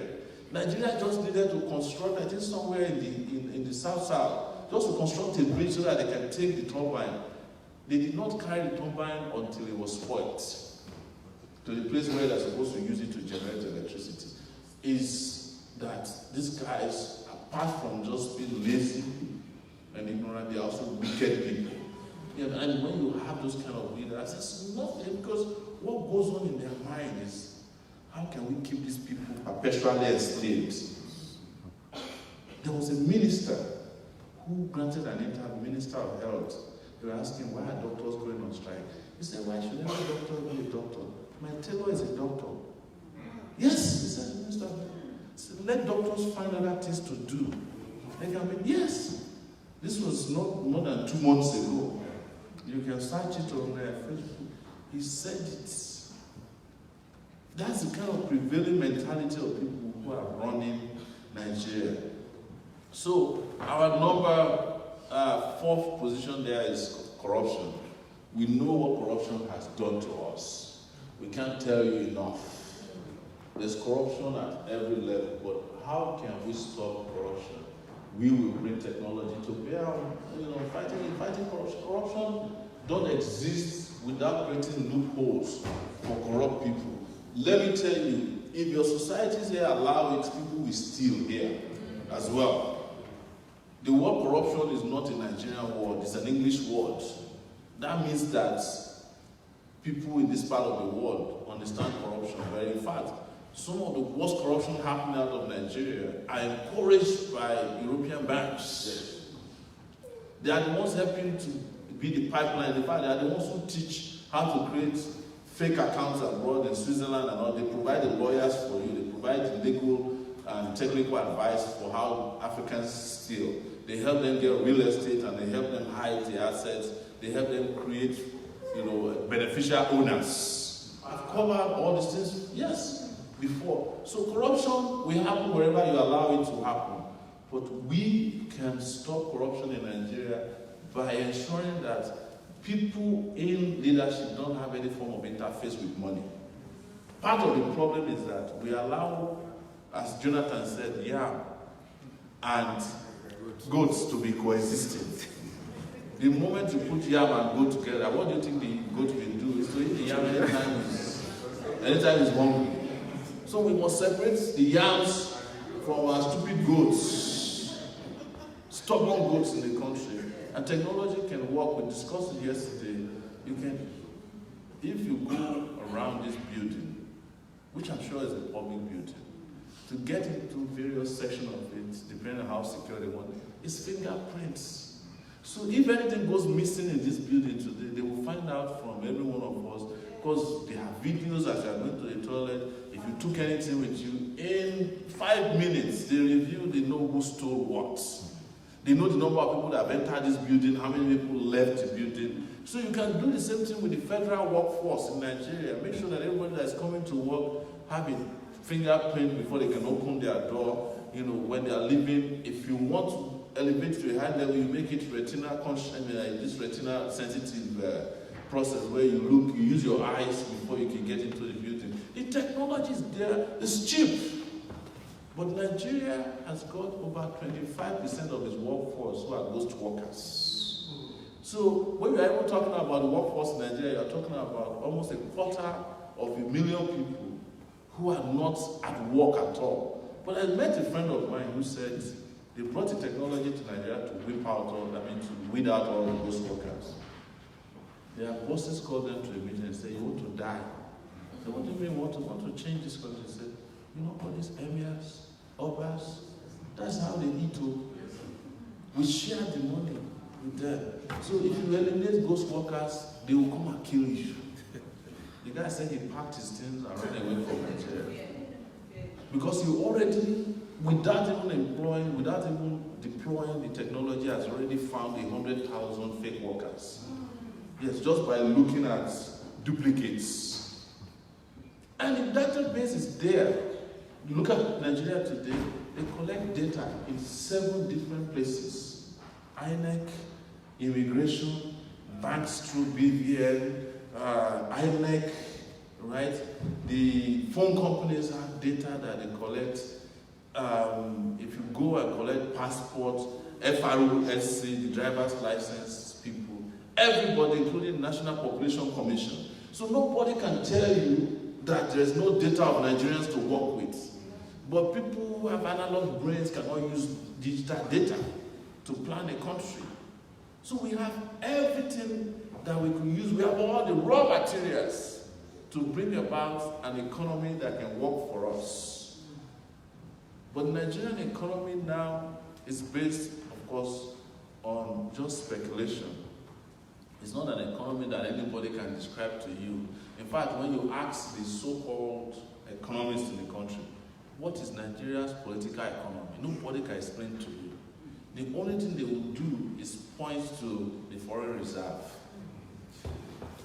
And I'll ask them, what is the meaning of foreign reserve? They said, sure, you don't understand economics.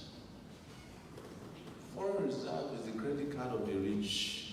Yes, it's for balance of payment between what you are importing and so that there will be something to pay for your importation. The moment you start producing, you don't need foreign reserve. You need debt. You can owe as much as you want. America is the biggest debtor in the world, but it's for their own people. I have been asking people, where do the UK put their foreign reserve? If foreign reserve is actually very, very good and fantastic, they could put their money, their foreign reserve in Nigerian banks because their interest rate is the highest in the world. So you can go and put all your money there. They will help you double it, and hopefully you get it in your lifetime. But it requires people who understand how the world is working. For you to understand that you have to feed your people first before you put your money in another person's bank. Ask Nigeria, where does your foreign reserve live? It's in the Bank of England. And JP Morgan. Who are the people in JP Morgan? The same young people who are playing Kalo with your money. When you put the foreign reserve there, they take your money and borrow it to other countries to develop their own infrastructure. And your own country cannot boast of 1 kilometer of highway that can take anybody to his destination. And you are there shouting about foreign reserve. Your people are going hungry. You are showing foreign reserve. Your children cannot go to school. You are showing foreign reserve. Your people are sick and you don't have hospital. You are telling us about foreign reserve. You have no single kilometer of road. You have no electricity. You can't produce jack. You are shouting foreign reserve. And anytime they then get a chance to appoint anybody that is reasonable, they're going to appoint somebody who has failed at the World Bank to come and be the Minister of Finance of Nigeria, because those ones are reporting on behalf of their masters. So, restructuring. Of course, you've heard this story too many times. Nigeria is the new buzzword in Nigeria. They want Nigeria to be restructured. And it depends on who you ask. What is the meaning of restructuring? Some people will tell you that it means devolution of power. That power is too concentrated at the federal level.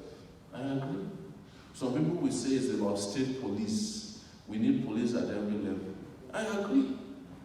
Some people will say that they want each of the states to control their resources. I agree.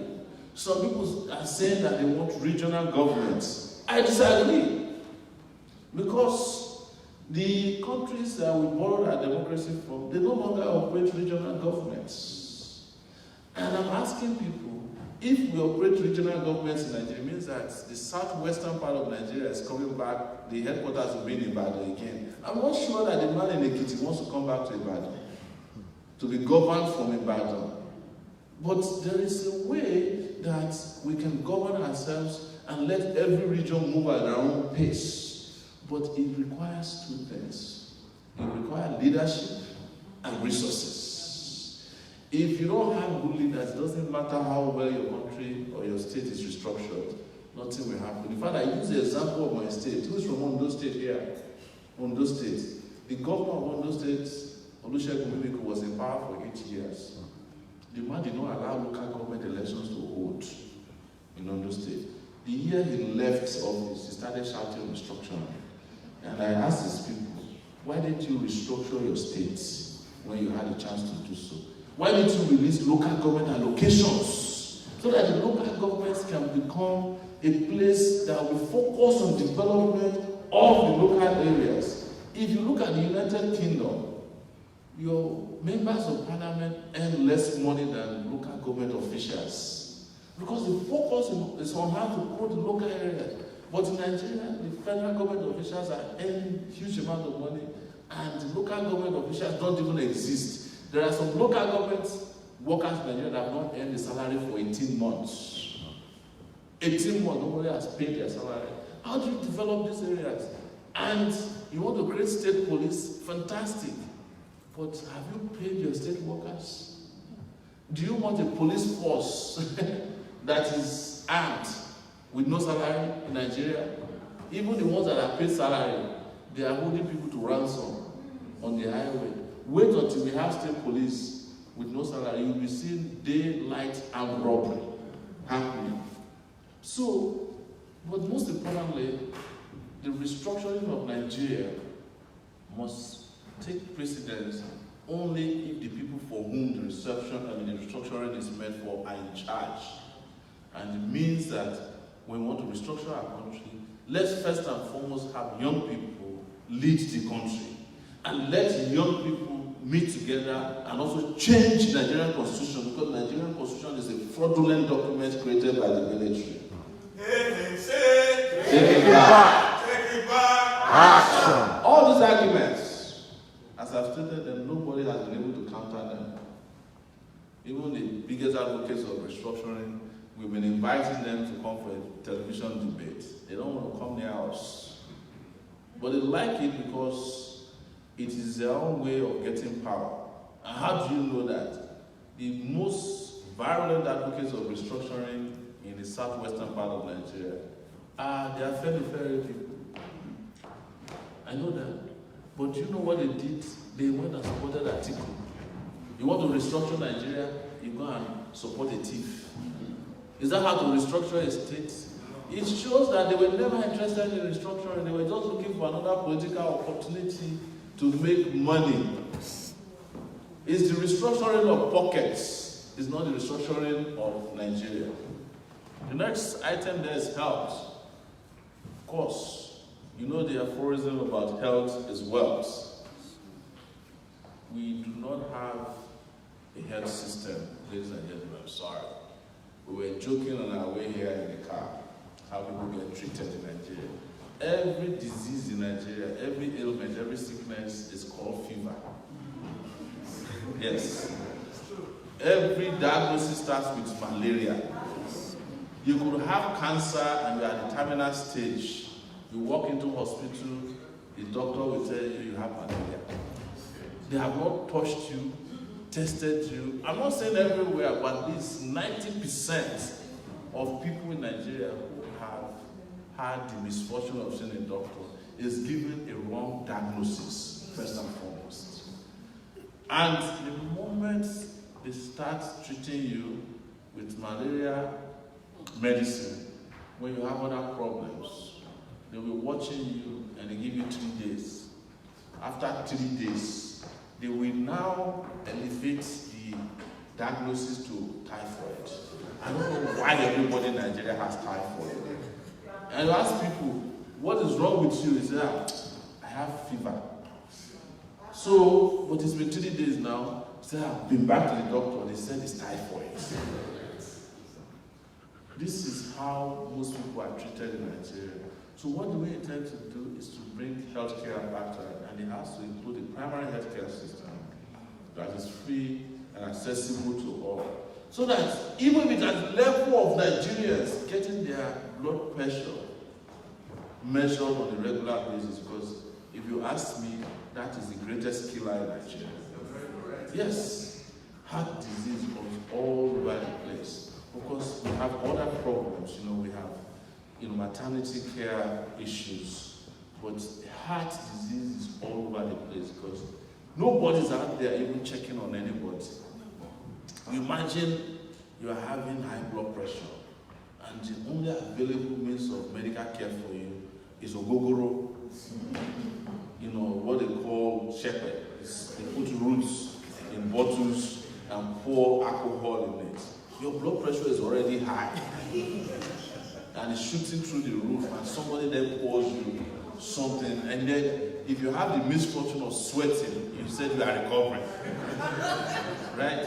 And then if you now have the luck of going to the bathroom and your urine is yellow, you said, I've just peed it out of my system. But the reason your urine is colored is because until you drank, it's already colored. Take it back. Take it back. Action. Are you following me? Yes, sir. We must change that.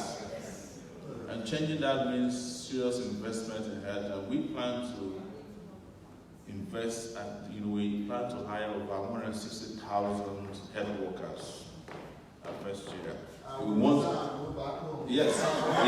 And for those of you who have indicated that you want to come back home, we will create the objective conditions for you to return, so that government can be responsible for letting you have waivers if you want to bring back your cars, your furniture, and you want to buy a house. Government can create a mortgage system in Nigeria, just as you have here. You don't have to put more money down. You have a special thing. A lot of people, Nigerians, want to come back and give back to Nigeria for free. They are all over the place, but nobody wants to listen to them. Most of you, when you take even your ideas home, the more you push the ideas, the more they hate you. They say, who do you think you are? You think you can just come from nowhere? Yeah, they say, you are from London. It says, it's not the same London where it's always raining. Or they take your document from you, they go and change the name and the idea, take it and use it to make money, and you never hear from them again. So, all of this must be changes. Also, opportunities for telemedicine, where you can actually be a doctor abroad and you don't want to go home, or you can treat somebody in Nigeria just by way of a text message or a WhatsApp message, where we facilitate an interface between the doctors out here and people who are sick at home. Thousands of them can get treatment on a weekly basis. Because all you need to do is say, tell me your symptoms, and I can treat you. Over the phone, I get telemedical help when I'm in Nigeria, because in the course of running around this campaign, we eat all kinds of crap. That's the truth. Because you never have a chance to choose what you are eating. You don't know when it's cooked. You just stop by the roadside, eat all kinds of things just to get by. And we get a lot of stomach flu and virus infection or viral infection all the time. You call the doctor, you talk to him, and before you know it, you're fine. So that opportunity is also there for a lot of people. Because a lot of Nigerian doctors have left the country. And the ones that have not left, the country has left them. Sadly. So that is for health. Education also, you don't want to get us started in this one, but we must invest in education. We must invest in education without looking back. I have said it. Education has to be free in Nigeria. Even the World Bank recently apologized.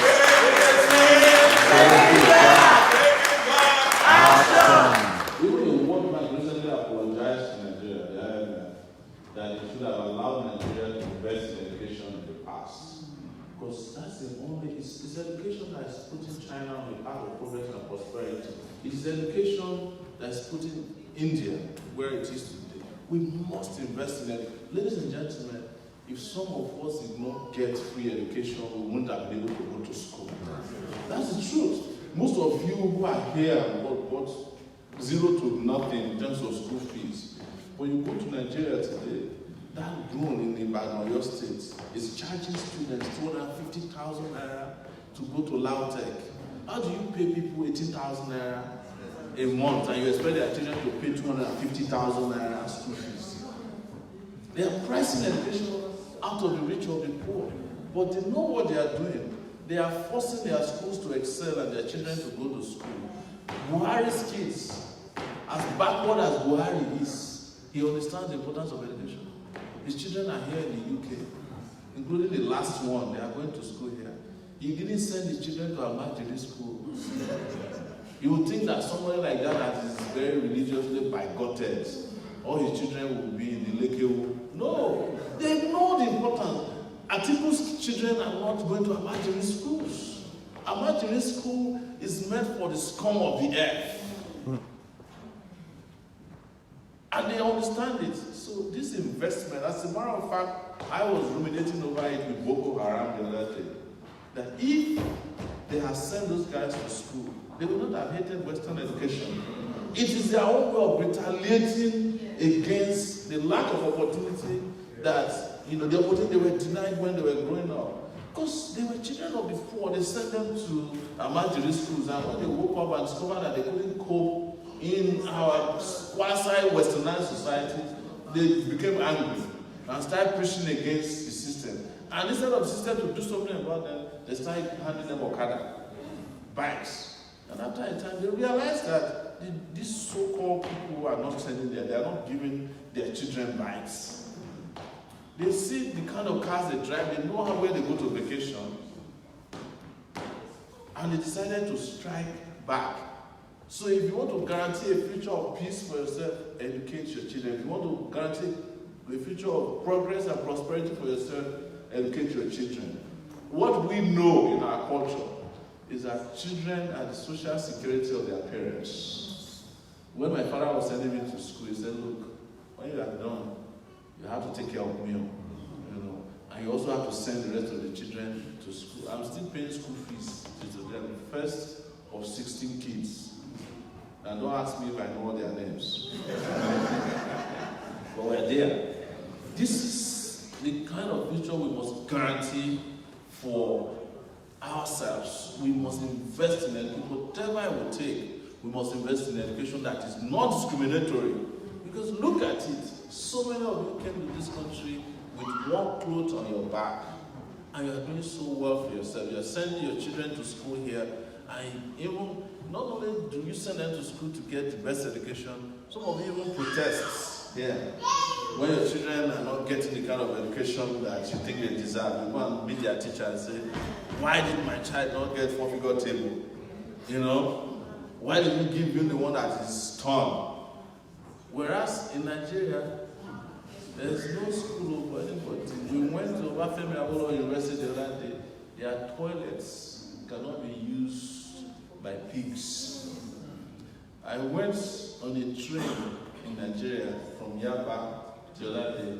You cannot transport chicken in those trains. If you do so, the animal rights people will protest against you. But we met thousands of Nigerians inside of the place. And when we brought the video out, we had to compare with South Africa, Kenya, and Ghana. Because we don't want to make any comparison between Nigeria and Europe. Because we come up here and say, maybe Europe has been around since 1500. Why are you comparing us with Europe? These ones are countries that started about the same time we started. We didn't even go as far as Ethiopia. Agriculture, as I mentioned, look at what modern agriculture is doing in your neighborhood here. Look at the ranches. Look at how you buy your products. To the extent that in the US, the expiry date of milk is even different from city to city. So they have milk that expires in New York. It will take another day to expire in New Jersey. You're asking yourself, am I supposed to take the ones in New York so that I go and drink it in New Jersey? But not only that, these products are grown consistently and structurally that every night, most of your countries around here, your supermarkets throw away food. They throw away food because they say they are not fit for consumption. Our people are not fit to consume anything. That's how they are treated. Agriculture could have become and will still become Nigeria's mainstay. Will become a base for building its economy the moment we put together a government that understands how to make money from agriculture. We've got people to feed in Nigeria. We don't even need to export. But in case we need to, that will bring in serious revenue for us. Tourism, of course, is a big deal in the whole wide world. We put in tourism because we know that tourism is just beyond going to look at Olumo Rock. Music has become part of tourism now. For us, the movie industry, for us, is part of tourism. And these are big-time money earners for other countries. Let me ask any one of you before I close here. Who has been to vacation who has been on vacation in the last 2 years? Like, you take a break, vacation.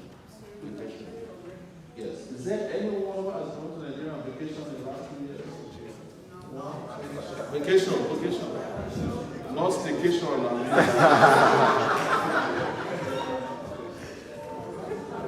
So, probably, even if you went to Nigeria for vacation, you didn't mean to go and spend vacation there.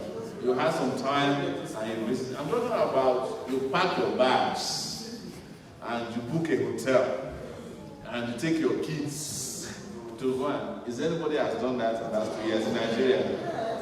All right, that's very good. Only 3 of you. Yes. You don't time pay. Yes. I'm not trying to guilt you. But the fact is that we are not, even when we do it reluctantly. It is not the way you will go to Jamaica that you go and spend vacation in Nigeria. Like, and how many of you took your kids home and they came home, Nigeria, and they came home and said, Daddy, when else are we going to Nigeria? Probably not many, It's very rare, because I did it before. Probably when they come back, they say, Daddy, I hope we are not going back to Nigeria. It sounds funny, but it's a sad reality of our life and our lives. But we can change that, and that is the reason we came here to you in Luton today, to have a conversation about the future. People ask, is this thing you guys are planning an election or a revolution? And outside, whichever one comes first. Yes. That's what we'll do. So based on that, thank you so much, Luton, for coming. Take it back. Take it back. Awesome. Thank you. And we would love if you can support us. But take it from me, it is not compulsory that you do. What we need is your heart, not necessarily your wallet. Because you can give us everything. Please have a seat. Yes. You can give us everything you have and not put your heart into it. And it will still not make a difference. But you can give us your heart and not even have much to give us. And we will all make a difference. So how do we make this difference? Right? So many of you who I heard actually went home to register to vote for the first time. And you are planning to go back and vote in this election. Because of you, 12 million voters, 12 brand new million voters have entered the Nigerian electoral roll this year.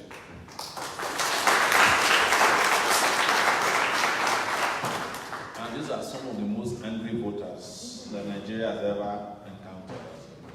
If we can get those 12 million people to vote for us, we only need 3 more million to win the election.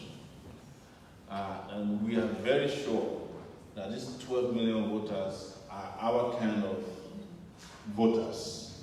Very enlightened, angry, people who have been disenfranchised in the past, people who are hungry for a Nigeria that is going to become the pride of the future of the black race. We know them, and that's why we need you. But in case you can afford to support us, think about it. How much you give to Western Union every year as you are sending money home. Each time you send $100 or pounds to Nigeria, Western Union probably took $5 from you, maybe $3. So if you can afford to support us, every time we get a pound, that's about almost 400 naira right there. If you don't have money to give us, you can print posters, t-shirts. We haven't spent up to 100 million naira so far. And even by their own admittance, we have become the #3 most popular party in Nigeria.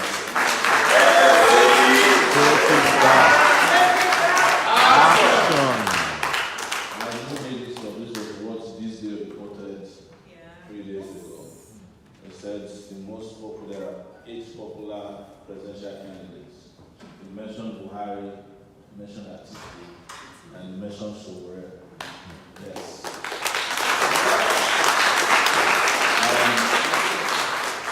There's others, but we know that we are the force. We are at least we are ahead of the lifeless. And I'm sure we are ahead of the armed robber. Because even the people who were saying articulated 2 weeks ago, they have started changing it to articulated. They discovered in the course of it that the man looted their brains. Recovering now. So we are well on our way to defeating the old cargos in the country. We are well on our way to create a brand new Nigeria. Most importantly, we are creating a Nigeria that is free of those past baggage and encumbrances. No one is asking us our religion. Nobody is asking me my ethnicity. Nigerians have been fooled for too long with all those parameters, and people are wise now. In fact, it used to be that they say, which celebrity is supporting you? Now, nobody's even asking about celebrities anymore, because we are creating our own celebrities. We are creating our own social media influencers. In the course of doing it, we haven't put one single radio jingle in any radio station since we started. We haven't put a TV ad spot so far. In fact, it wasn't until last week that I saw on social media that some people have posted some billboards for us in Benin. And we saw one in Ondo State on our way to Odere last week. I don't have any of those things that they have. Because Nigerians are not expecting us to give them rice. They are not expecting us to give them branded Ankara. They have seen all of this and they know it's not working for them. But they are listening to ideas. So our people are listening. You know, when I was getting on the plane, I was surprised at how many people said, we know you, we know you, we know you. When we get on the streets, we know you, we know you, we know you. And one secret, which is interesting, is that the diaspora is forcing people at home to do what is right. When we went to those states last week, we saw all the traditional rulers of Ikale land. And when I left the place, I asked the organizers, how do you get all these traditional rulers? They said, it's not them, it's their children abroad that force them to come there. So call one of the fathers and say, Daddy, if you don't go and organize for Sowore, I'm not sending money anymore. I'm going to rely on Atiku to fund them. So it's sinking in. You know, I'm not saying that we should sanction our family member, but if there's anything we can do to bring common sense, yes. We have to do whatever we need to do that is fair and just to put this country on a path of progress, prosperity, and peace. Thank you, everyone. Thank you.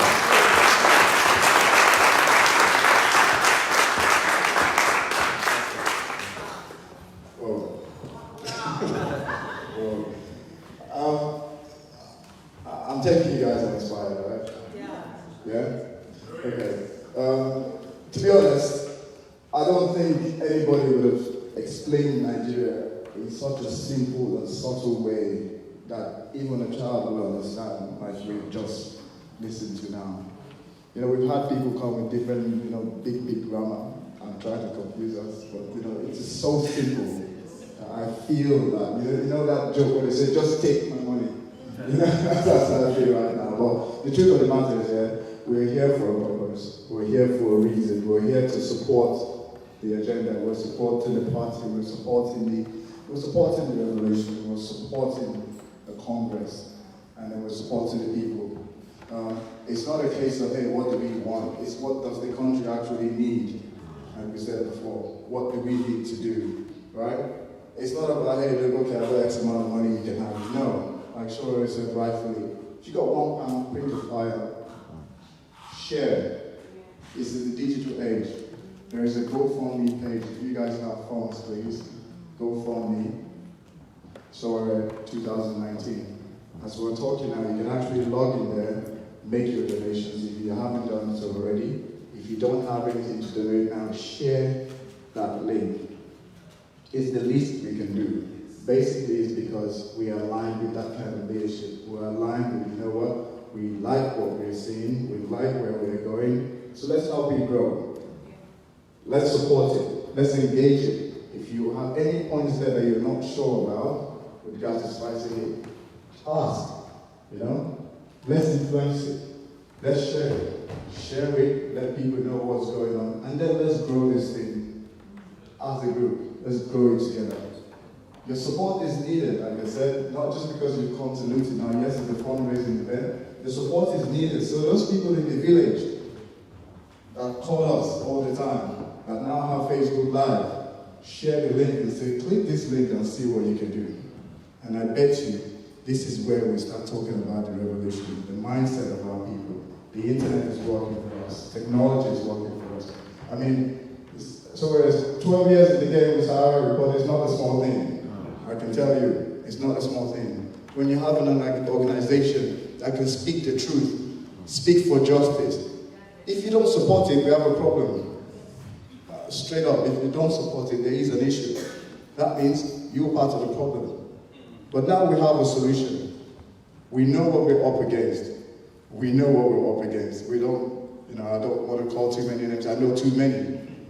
But to be honest with you, the game is won by those who keep on going.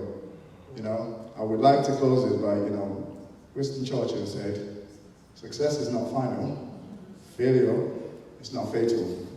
So what it is, you continue. That's what counts. We continue to support.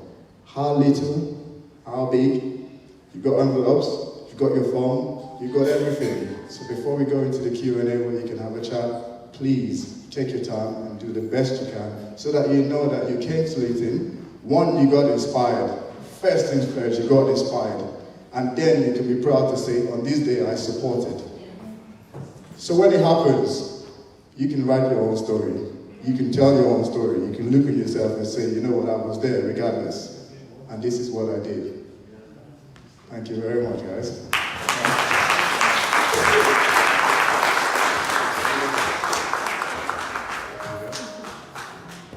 AAC, take it back. That was too weak. AAC, take it back. Take it back. Action. I'm going to speak about that. Bamada. It's not Bamada, Joe. Bamada. Guys, we are taking what belongs to us. Okay. Owen didn't answer Igbo. Are there Igbo speakers here? Okay, now, I'm any Hausa speakers here? Mutum. I try to speak the 3 languages as much as I could. I've gone around the country, school in the north, families here and there. Guys, I told my son I was going to Nigeria recently. I said, but Grandpa complains of pension. The pension is not guaranteed. I was shocked, but it's true. And I said to him, that's why Dad is going back. Dad is going to fight for those that will make those things happen. And then he said again, this is my 16, 17-year-old son. And he said, I'm just watching something on WhatsApp, and someone was asking, when people die in Nigeria, they kill cow. And he said, but now, Daddy, in some part of Nigeria, when cow die, they kill communities. Guys, this is the reality of what is happening in our country. Security. Before I go into that, please, can I recognize the presence of Mr. Oluwaseun Ajire Lodja, governorship aspirant in Lagos State. Please, will you join us? And that's our governorship aspirant. I'm not aspirant, the candidate in Lagos, because he's no more an aspirant. Also, somebody here, Mr. Sorry, can you provide me with your surname, sir? Ajire Lodja. And sir? Yeah, it's actually around here. He came late, he should have been on that table because ladies and gentlemen, while we're here, we want us, like my brother said, to support this party with whatever we have. It could be in kind, money, it could be t-shirts, flyers. Let's help these guys who are in the grassroots, working in the grassroots in Nigeria. 5,000 naira, 10 pounds. 10 pounds will create a lot of posters. 10 pounds will buy at least 2 hats or t-shirts for AAC, something to boost their, their increase. It doesn't have to be money alone. But please, if you have it, you can help. You can go online to GoFundMe and donate to the party. However, on your seat you have envelopes. Please, whatever you have. I am going to bring my box here, and I'm not going to feel shy about it. Whatever you have, please, can you put it here for us, and that will go a long way. Even if it's £1, if it's 50, and if you don't have now, please, you can make a pledge. Every one of us here is born in a month. January, February, March, April, May, June, July, August, September, October, November, December. Have I mentioned your month? Yeah. Okay, if I mentioned your month, if you're born in January, let me see you make a pledge that you're going to give this party something in January. You may not have it now, but please, let me see if it's January, the guy is there. January, if you're born in January. Okay, sir, please, we need to make a pledge. I will give AAC party something in January. And if you've done so, please, can you just football put it here for us? Where are those children? Come around here. Come and take this ball around. Thank you very much. That's £50 from Mama. Do we have any February here? I'm February, and I'm going to make a pledge. Oh, Tatawa, are you February? Please, I need you to make a pledge and put something in that box for us. Thank you very much. In that way, I'm going to touch everyone here.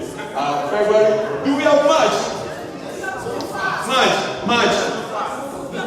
Oh, I am going to take it too slow now.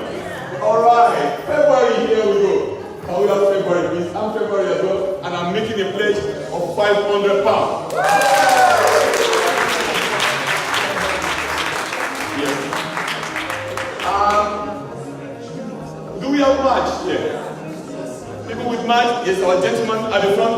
Thank you very much. Thank you as you bless. God will bless you as you give us money. Any other match? Thank you very much. Thank you very much. That's right. Any other match? Alright, I'm going to move to April now. We have April in the house. Yes, a lot of April. April, please, would you be kind enough to help this party in whatever capacity you can?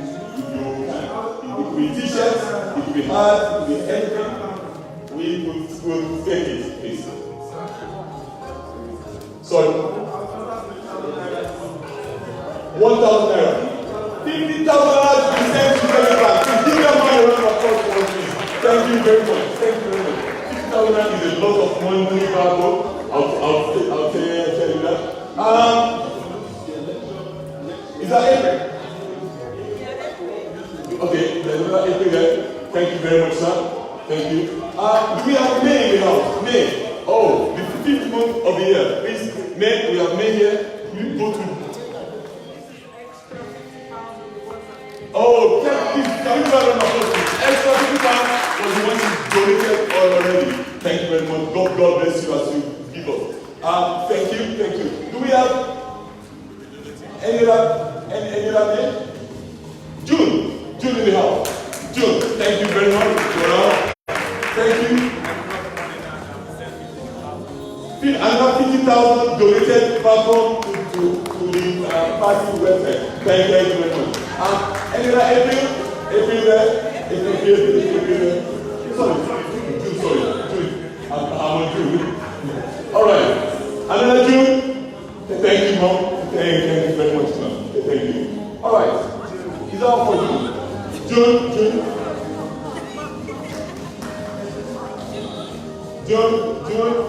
We have more for June. Thank you as you go donate to this party. Shall we go to the next one? July. Wow, we have lots of July in the house. Please, can donate as much as you want, and you can make a pledge as well. We don't mind. Thank you very much. Thank you. Any other July in the house? Any other July in the house? Thank you. Thank you. All right. For July, we now go to the next one. July? Oh! 50,000 naira for this young girl. We are building a future for the young girl. Apart from July, do we have others in the house? The 8th July. Oh, since July. 50 pounds. Thank you very much. Thank you. This will go a long way, ladies and gentlemen. This will go a long way in helping people in the grassroots. These guys are willing to work, but they have master's degrees, they have PhDs, but no jobs. I tell you this, I've gone there, I've seen it myself. These are educated guys who are willing to change things in the grassroots, but no job, therefore they don't have the means. Let us help them please. From August, I will go to September, please. September. Come on now, September. Thank you very much. Oh, okay. As we use September, I'm going to go to the high table of August. Okay, good. We have a pledge from the high table here of I have my trust in him. Yes, he will do it when he says he's going to do it. Thank you very much, sir. Apart from, I will say August. August, sir. Thank you very much. We have August here. Can I have a word before I Yes. Yeah. So far, since I've been in touch with our upcoming president, Omole Sowore, I've been doing my on-the-ground campaign as well. I've been contacting people back home, calling and texting to make sure they're aware of this fight we're fighting for. But so far, I've really spoken to so many people, and they keep coming back to me like, immediately I have the first conversation with them, they tell me, oh, they're not aware of the party. They don't know the party. So, but the good news is, after say 1 hour or 2, 3 days, they get back to me and say, yes, this is the man they want. This is the man they want. I came all the way from Bright today. It's about 104 kilometers to Roti. So my concern for today is not to ask you many questions, because I'm very, very sure you're capable of doing what you've been saying. I've followed you, I've listened to you attentively. I know you're capable to move Nigeria forward.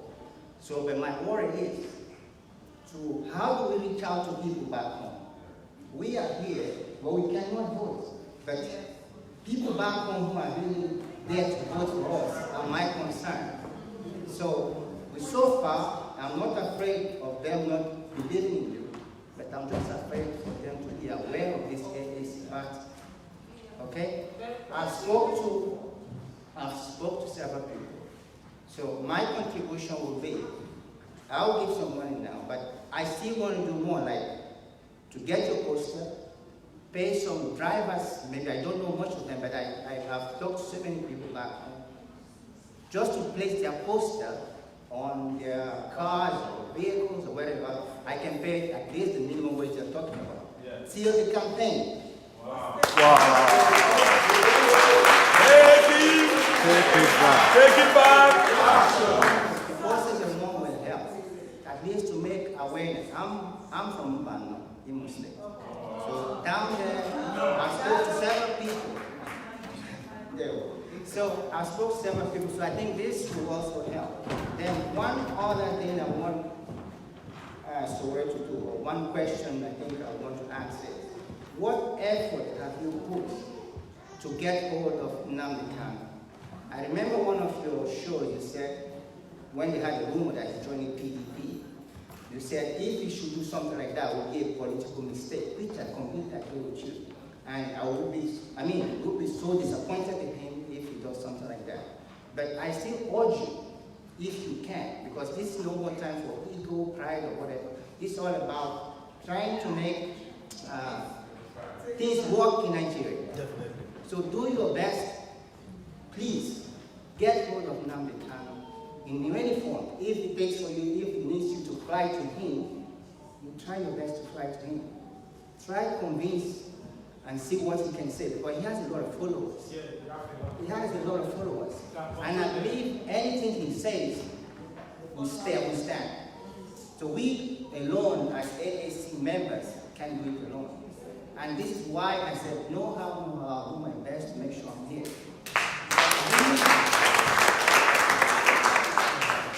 So, someone like Nnamdi Kanu, one, I know there's one man I know who is, I know maybe you might not agree with me, or I don't know if you go along, get along with him, his name is Femi Kayode. That man, Femi Kayode, fine. One of my friends said he has a question mark as well. But he's deep into Nigerian politics. He's a young man, he's deep into Nigerian politics. Maybe we can remember what happened in the financial crisis. The same people who crashed the financial crisis were the same people that fixed it back, but under a different leadership. Okay, I have to cut you short there, and I'm very sorry. Thank you very much. It's in the middle of fundraising. Nnamdi Kanu, well done. Femi Kayode, good. We will talk. There will be other things to talk about. In Luti today, we want to raise money for this party, and that mission is what we. Thank you very much. I appreciate your guys. We want to raise money for the party, and apart from that, time does not permit us to actually dwell on each one. I'm very sure my principal here will and is able to deal. Look, he is fearless. He's a hurricane. Sure, he has meant powerful that people cannot talk to in Nigeria, and he has spoken to them and called them the names that ought for them. So I don't think this will shake or bring some kind of scare to this hurricane sitting down there.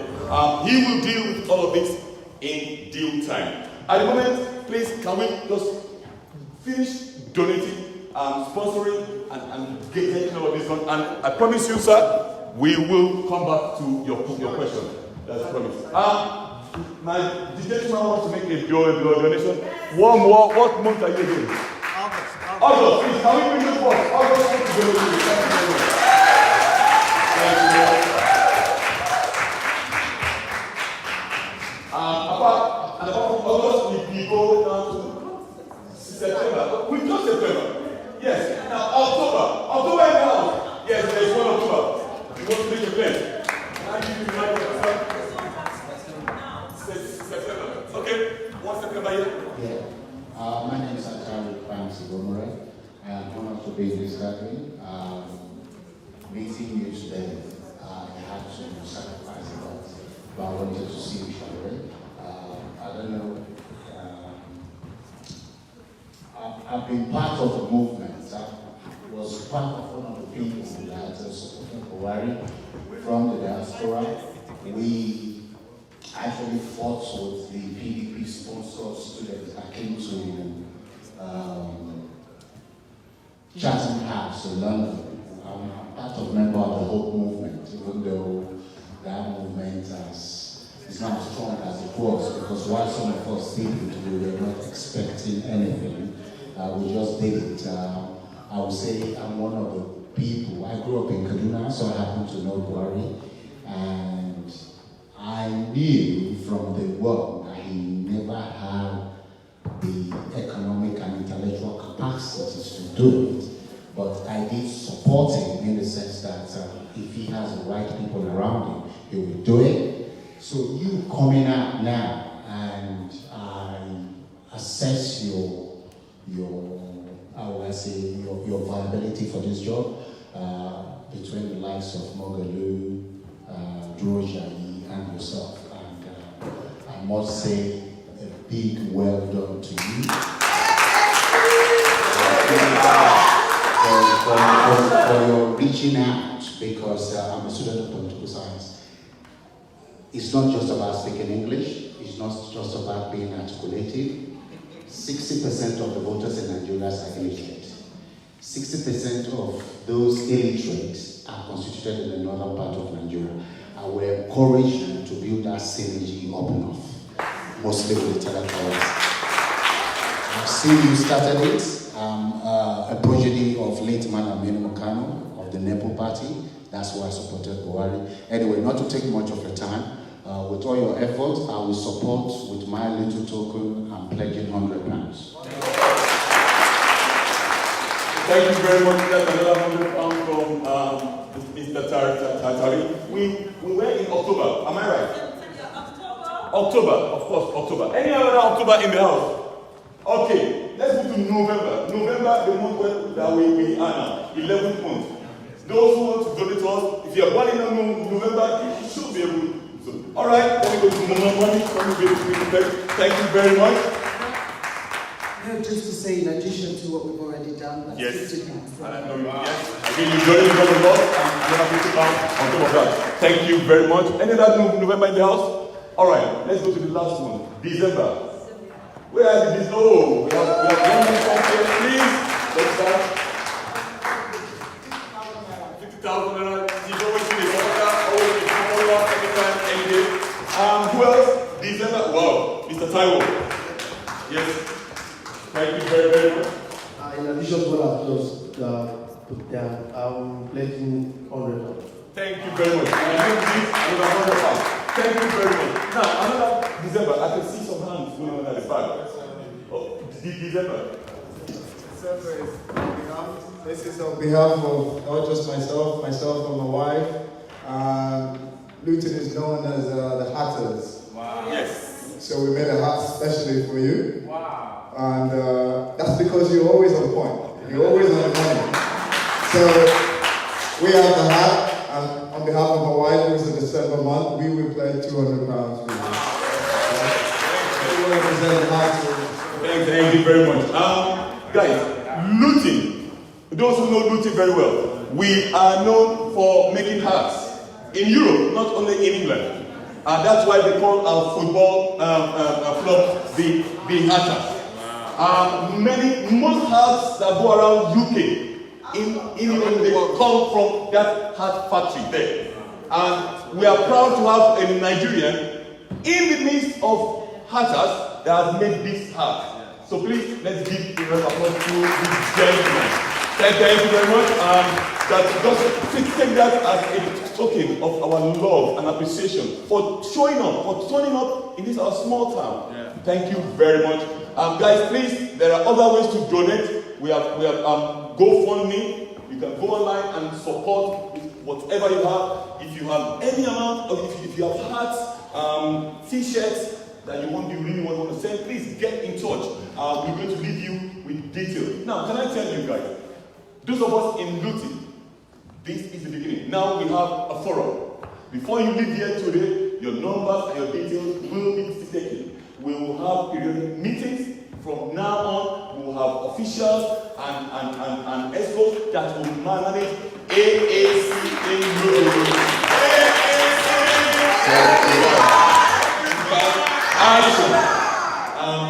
Guys, it's yes, thank you very much. Please, excuse my French. It should be Bedfordshire. Because I have lived in Bedfordshire for almost 20 years and I have worked in. Okay, should we be free? The three of us: Bedfordshire, Hertfordshire, and Buckinghamshire.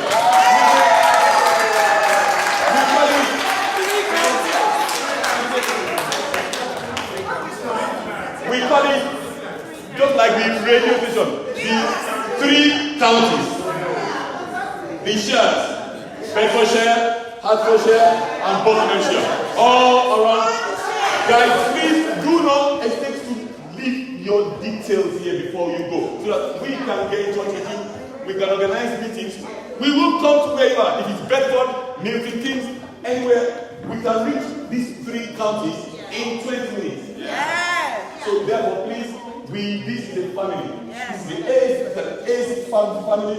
Take It Back family that will grow and grow and grow. Yes. Because Omoyele is not coming here. He's coming back. Thank you very much. Those of you who are taking your time out to turn up here. Guys, this was planned impromptu. It was a short notice. Yes. I'm really surprised that we have this number here. So please, I give thanks to everyone who has attended. Please take that away. Thank you very much. And we will carry on and continue donation online. If you do that, I'll provide the details for you online very soon. You can get in touch with me or my friend here, and we will start communicating with you how to reach your counties and create AAC Take It Back meeting. Please. Thank you very much. Thank you very much. Before we go, we're just going to listen to some of our AAC special need tunes for AAC. So please, DJ.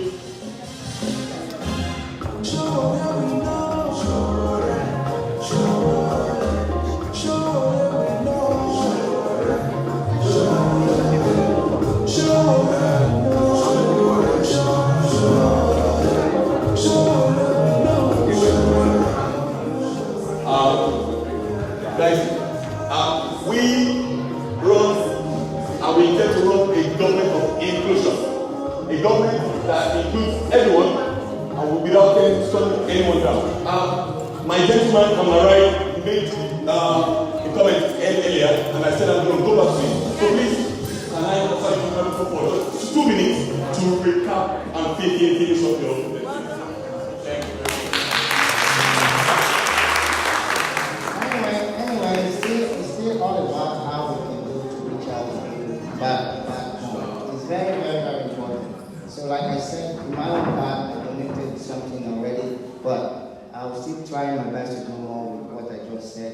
I will try to speak to people I know, friends, family, where we can get the posters and place in their cars, and I'll try my best to pay them till the election. And it shouldn't be it should be everyone should try. Because Showore, we've listened to him, we've heard him, we know he's capable of doing what he has said. He has the ideas, he has what it takes to do it.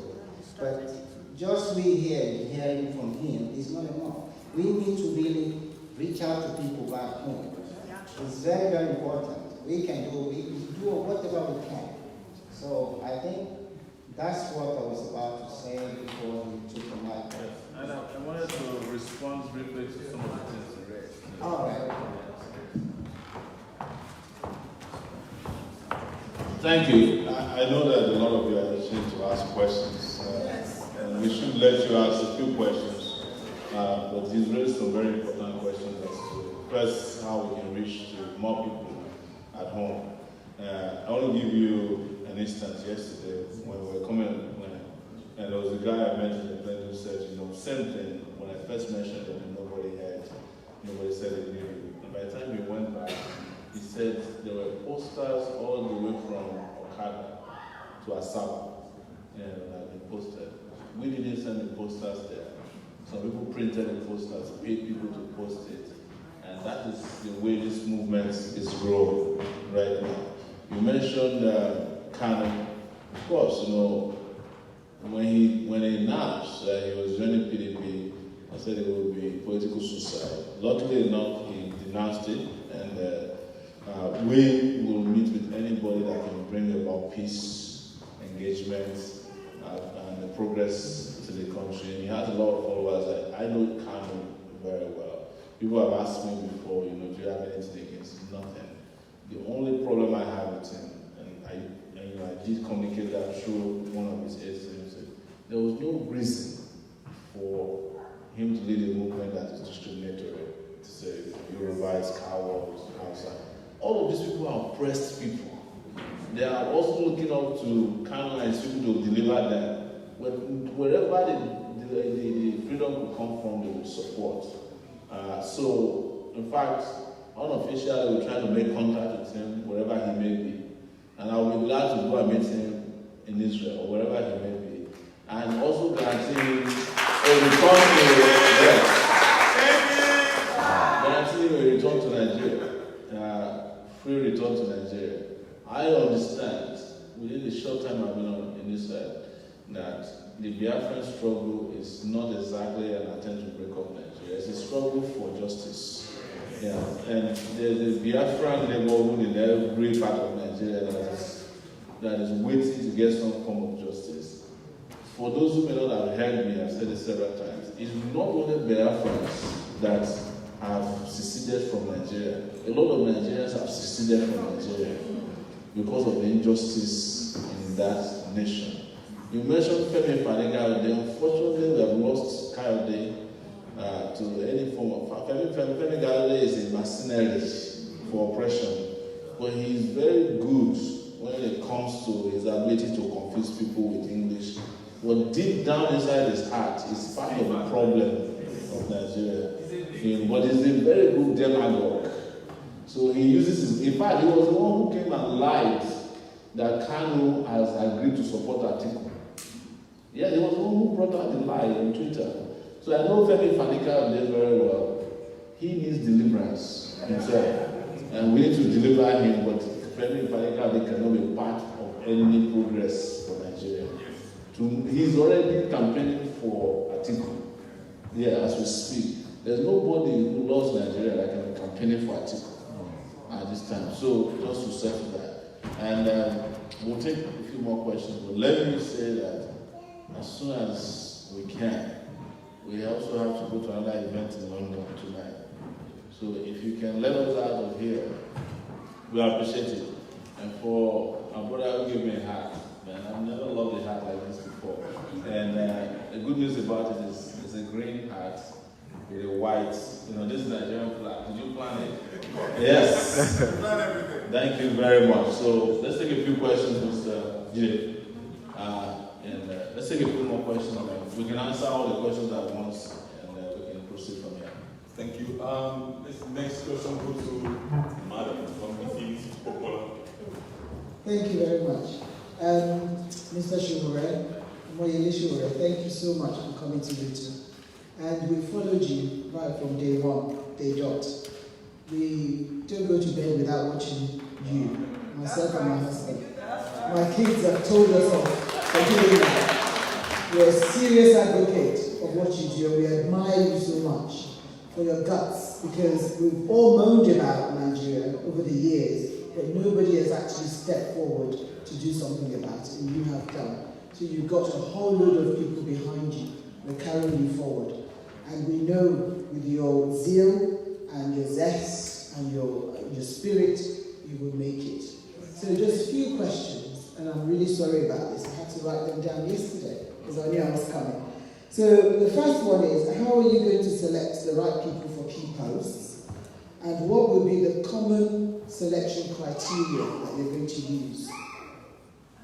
What are your plans for the Nigerian Civil Service? Because I'm a civil servant here myself, over 20 years, working for the UK government, and I know how it runs, basically, and we haven't got that in Nigeria, so it really hurts when we see things that are happening there. And how will you reform that civil service? Because it all happens from there. The people that make policies for the nation are the people that are going to also enforce those policies and make sure that government actually run very well. They're critical set of administration as well. Thank you. Should we take the questions and let you answer, or should we just... You want to just quickly answer? They also, the issue of how we select the right people is happening now. The opportunities we've had to travel around the world, travel within Nigeria, has exposed us with a lot of good people. And one thing I tell people is that how do you think a movement like this emerged from nowhere and became a household name within 6 months and eventually became a party in 8 months without good people? Some of our young people who are following us are some of the most brilliant people. I use Malcolm Fabi, for example, as an example, who graduated from the University of Lagos before he turned 30, became a PhD holder. He came directly from the University of Lagos with a first-class degree and obtained a PhD at Cambridge before he turned 30. He's the DG of our campaign. We have a lot of people like that who don't want their names to be mentioned because some don't want to be scandalized, some don't want to be victimized. But we have a lot of vibrant young people both at home and abroad. You probably just heard recently too that we chose a vice president. By the way, of all the young candidates, we are the first to have the guts to announce a VP. Yes, of all the young candidates. And everybody that read the guy's resume was impressed. And he didn't fall from the sky. He came from northern Nigeria. He's a doctor and a public health professional who actually schooled here at Leeds. So that tells you that already our human resources department is working on steroids. So we know how to choose the right people and we continue to attract more good people to our side. You know, I'll go to civil service. You cannot have the civil service they have in Nigeria expected to work. Let's start with salaries, wages. There is nobody who can live off of 18,000 naira and go to work every morning and in good conscience work for the progress of any country. That salary is a salary of punishment. There's also, when you talk about civil service in other countries, the civil service are designed in such a way to attract the best. In Nigeria, our civil service is designed in such a way to attract the worst. The Nigerian police is designed in such a way to attract armed robbers. Because there's nobody in his senses that will want to work for a police that is paying 30,000 naira a month. We are not doing enough to attract the best. We are not doing enough. We don't, to be fair to us, we don't have a civil service. We just have a bunch of civilians who are serving themselves within the civil service. That is what we have. What I have said, and I'll repeat here, is that we need to forge our civil service, but we cannot do it in a military fashion. Upon resumption of office next year, will ask anybody who has been in the civil service for 25 years to take a buyout. Yes, they have nothing else. And then we hire new people and we forge civil service of these ghost workers and modernize our civil service. We went to the Ministry of Information the other day, what they call the radio. We went to Radio Nigeria, I think it was 3-4 days ago. They have 4 elevators. Only one of them is working. And the one that's working, there are 2 number 5s in the elevator. So if you are going to the 5th floor and the 6th floor, they will ask you to press the 5th on the top. This is something that happens. You go to the civil service office in Nigeria, you cannot use any one of them, you can't use a toilet. So it's that we have to build the civil service from the scratch. But we can do it because we also have to understand that the world has moved on beyond just buildings. We can have service to the people virtually. A lot of people can go around with a laptop or an iPad to work as civil servants. We don't have to go and resume to office. Most civil servants in Nigeria, by the way, are not civil servants, they are traders. If you go into their office, they are selling clothes, they are selling granules, they are selling food. They are not there for the purpose for which the civil service is established. So a new mindset that will be brought about by new leaders will reform our civil service. I know when you said you work in the civil service, and I know what you're talking about already. Because you are actually working for the public. You work whenever you work, and you are appreciated. If there's anything that motivates you to wake up in the morning to go to work, is the fact that you are appreciated for what you do. Not that, well, you just want to go because that is the only thing that is available for you to do. So the civil service reform that we bring about is not the paper tigerism you hear about. There's no year that they don't reform the civil service in Nigeria. Everybody is civil service reform. Another problem with the civil service is that they spend too much time attending conferences. If you go to Abuja, everybody, the same people go to this conference, and the moment they walk into this conference, half of them are asleep because they're tired. Somebody who has not had electricity before he came to work, how do you expect him to concentrate? It's very, very terrible. the civil service we have now is not capable of delivering the kind of Nigeria we want. The reform of this civil service will involve taking it apart, putting it together, digitalizing it, motivating it, inspiring it, and incentivizing the new civil servants in the country to make Nigeria work. Because without a civil service, it's like driving a car without engine. You are going nowhere.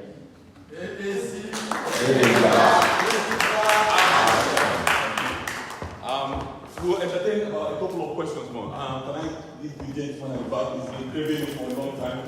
So, yes. Your name, where you from? Thank you. My name is Mr. Yam. I'm Edo Connect. I run a media platform. I think the best from a small country as Edo State in Nigeria. And you represent a part of a new initiative. You are not just somebody going for presidency. And I hear everybody talking about how we can get people to know you more, how we can get people to know you more. Things are happening here. You know, I don't want to sell you as an angry guy. You know, every Nigerian is angry. I want to sell Showore the man, then I want to sell Showore the politician. In this place today, so many things have happened. 4 counties. I don't know if you run Sahara Report, but if you get 4 counties in England and you project it, you can get 4 counties everywhere. You raise a considerable amount of money, but I don't want us to sound, because I talk to people who know about you. And if we continue being angry, all of us are angry. Let's let the people who don't believe you yet, who don't think you're going to get there, let's get more people on board by being a bit candid. You know, talking about yourself, talking about where you grew up, talking about your life. I don't want to push you when you get to office. How are you going to do this? How are you going to do that? It's a long way. There's ways we can generate from this room. This is England. 4 counties is not easy. If you do it here, you can do it in every country, but you must project the fact that it's happening. You just got, maybe in Nigerian terms, over 1 million here. Somewhere, somebody would like to beat it. But I would communicate with you after this session to say, let's find the other side of Mr. Showore. You can keep doing what you're doing, and you're winning. But there's so many people who need the detail in this room in order for you to win more. Congratulations to you. You represent a new initiative, a new wave. Everybody here has dreams. Everybody here wants Nigeria to be better. But I'm going to give you my expertise, if you need it, to say, Mr. Showore, there's a lot more results I'm seeing just sitting down here that when you're going away, make sure you remember those results. To say, you got 4 counties, you got people of various ages, you got up to people's grandchildren complaining about Nigeria, and they see you as a hope factor. But you also have challenges that didn't start today. So you want to start talking about that so people can start buying into you, so people who don't believe can know that this is a very sensible young man. He's not just angry all the time. We're angry. Everybody's angry. But that message is not, that message also pushed some people away. So congratulations, and we'll talk after the show. Thank you. I have a gentleman here. Can you make it brief? Yeah, definitely. AC. Action. Excellence. Oyaba is my name. I am a proud member of this great party. A very quick one. My question to you, dear Principal, is on a lighter note. I know a lot of people may not feel happy with this. It has to do with sports.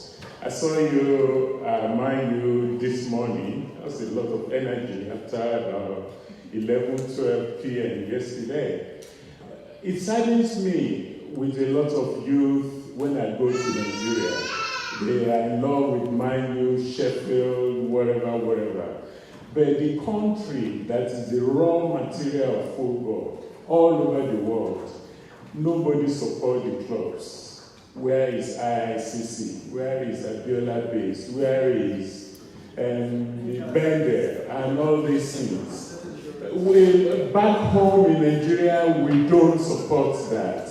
And the orientation has got to be changed. So this is my challenge for you. Thank you. Thank you, sir. All right, we'll take this last one.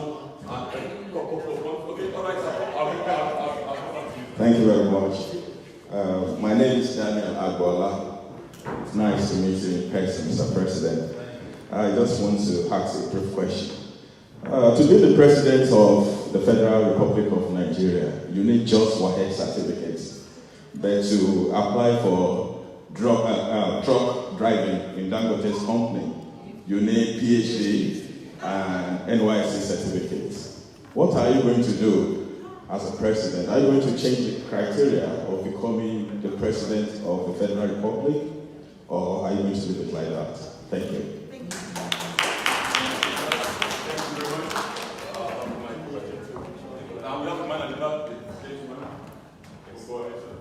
Yes, my name is Babajide. I've come all the way from Northampton today to meet our able president, Mr. Kowore. First, we're very glad you're here. I would like to say there are a lot of people like me out there who actually see hope in what you're doing. So that's it's like an encouragement, just so whatever problem you're encountering, just know there are people like me, silent listeners, watchers, who believe you can do the job. My question though is, we all know you to be the presidential candidate. What about the other offices?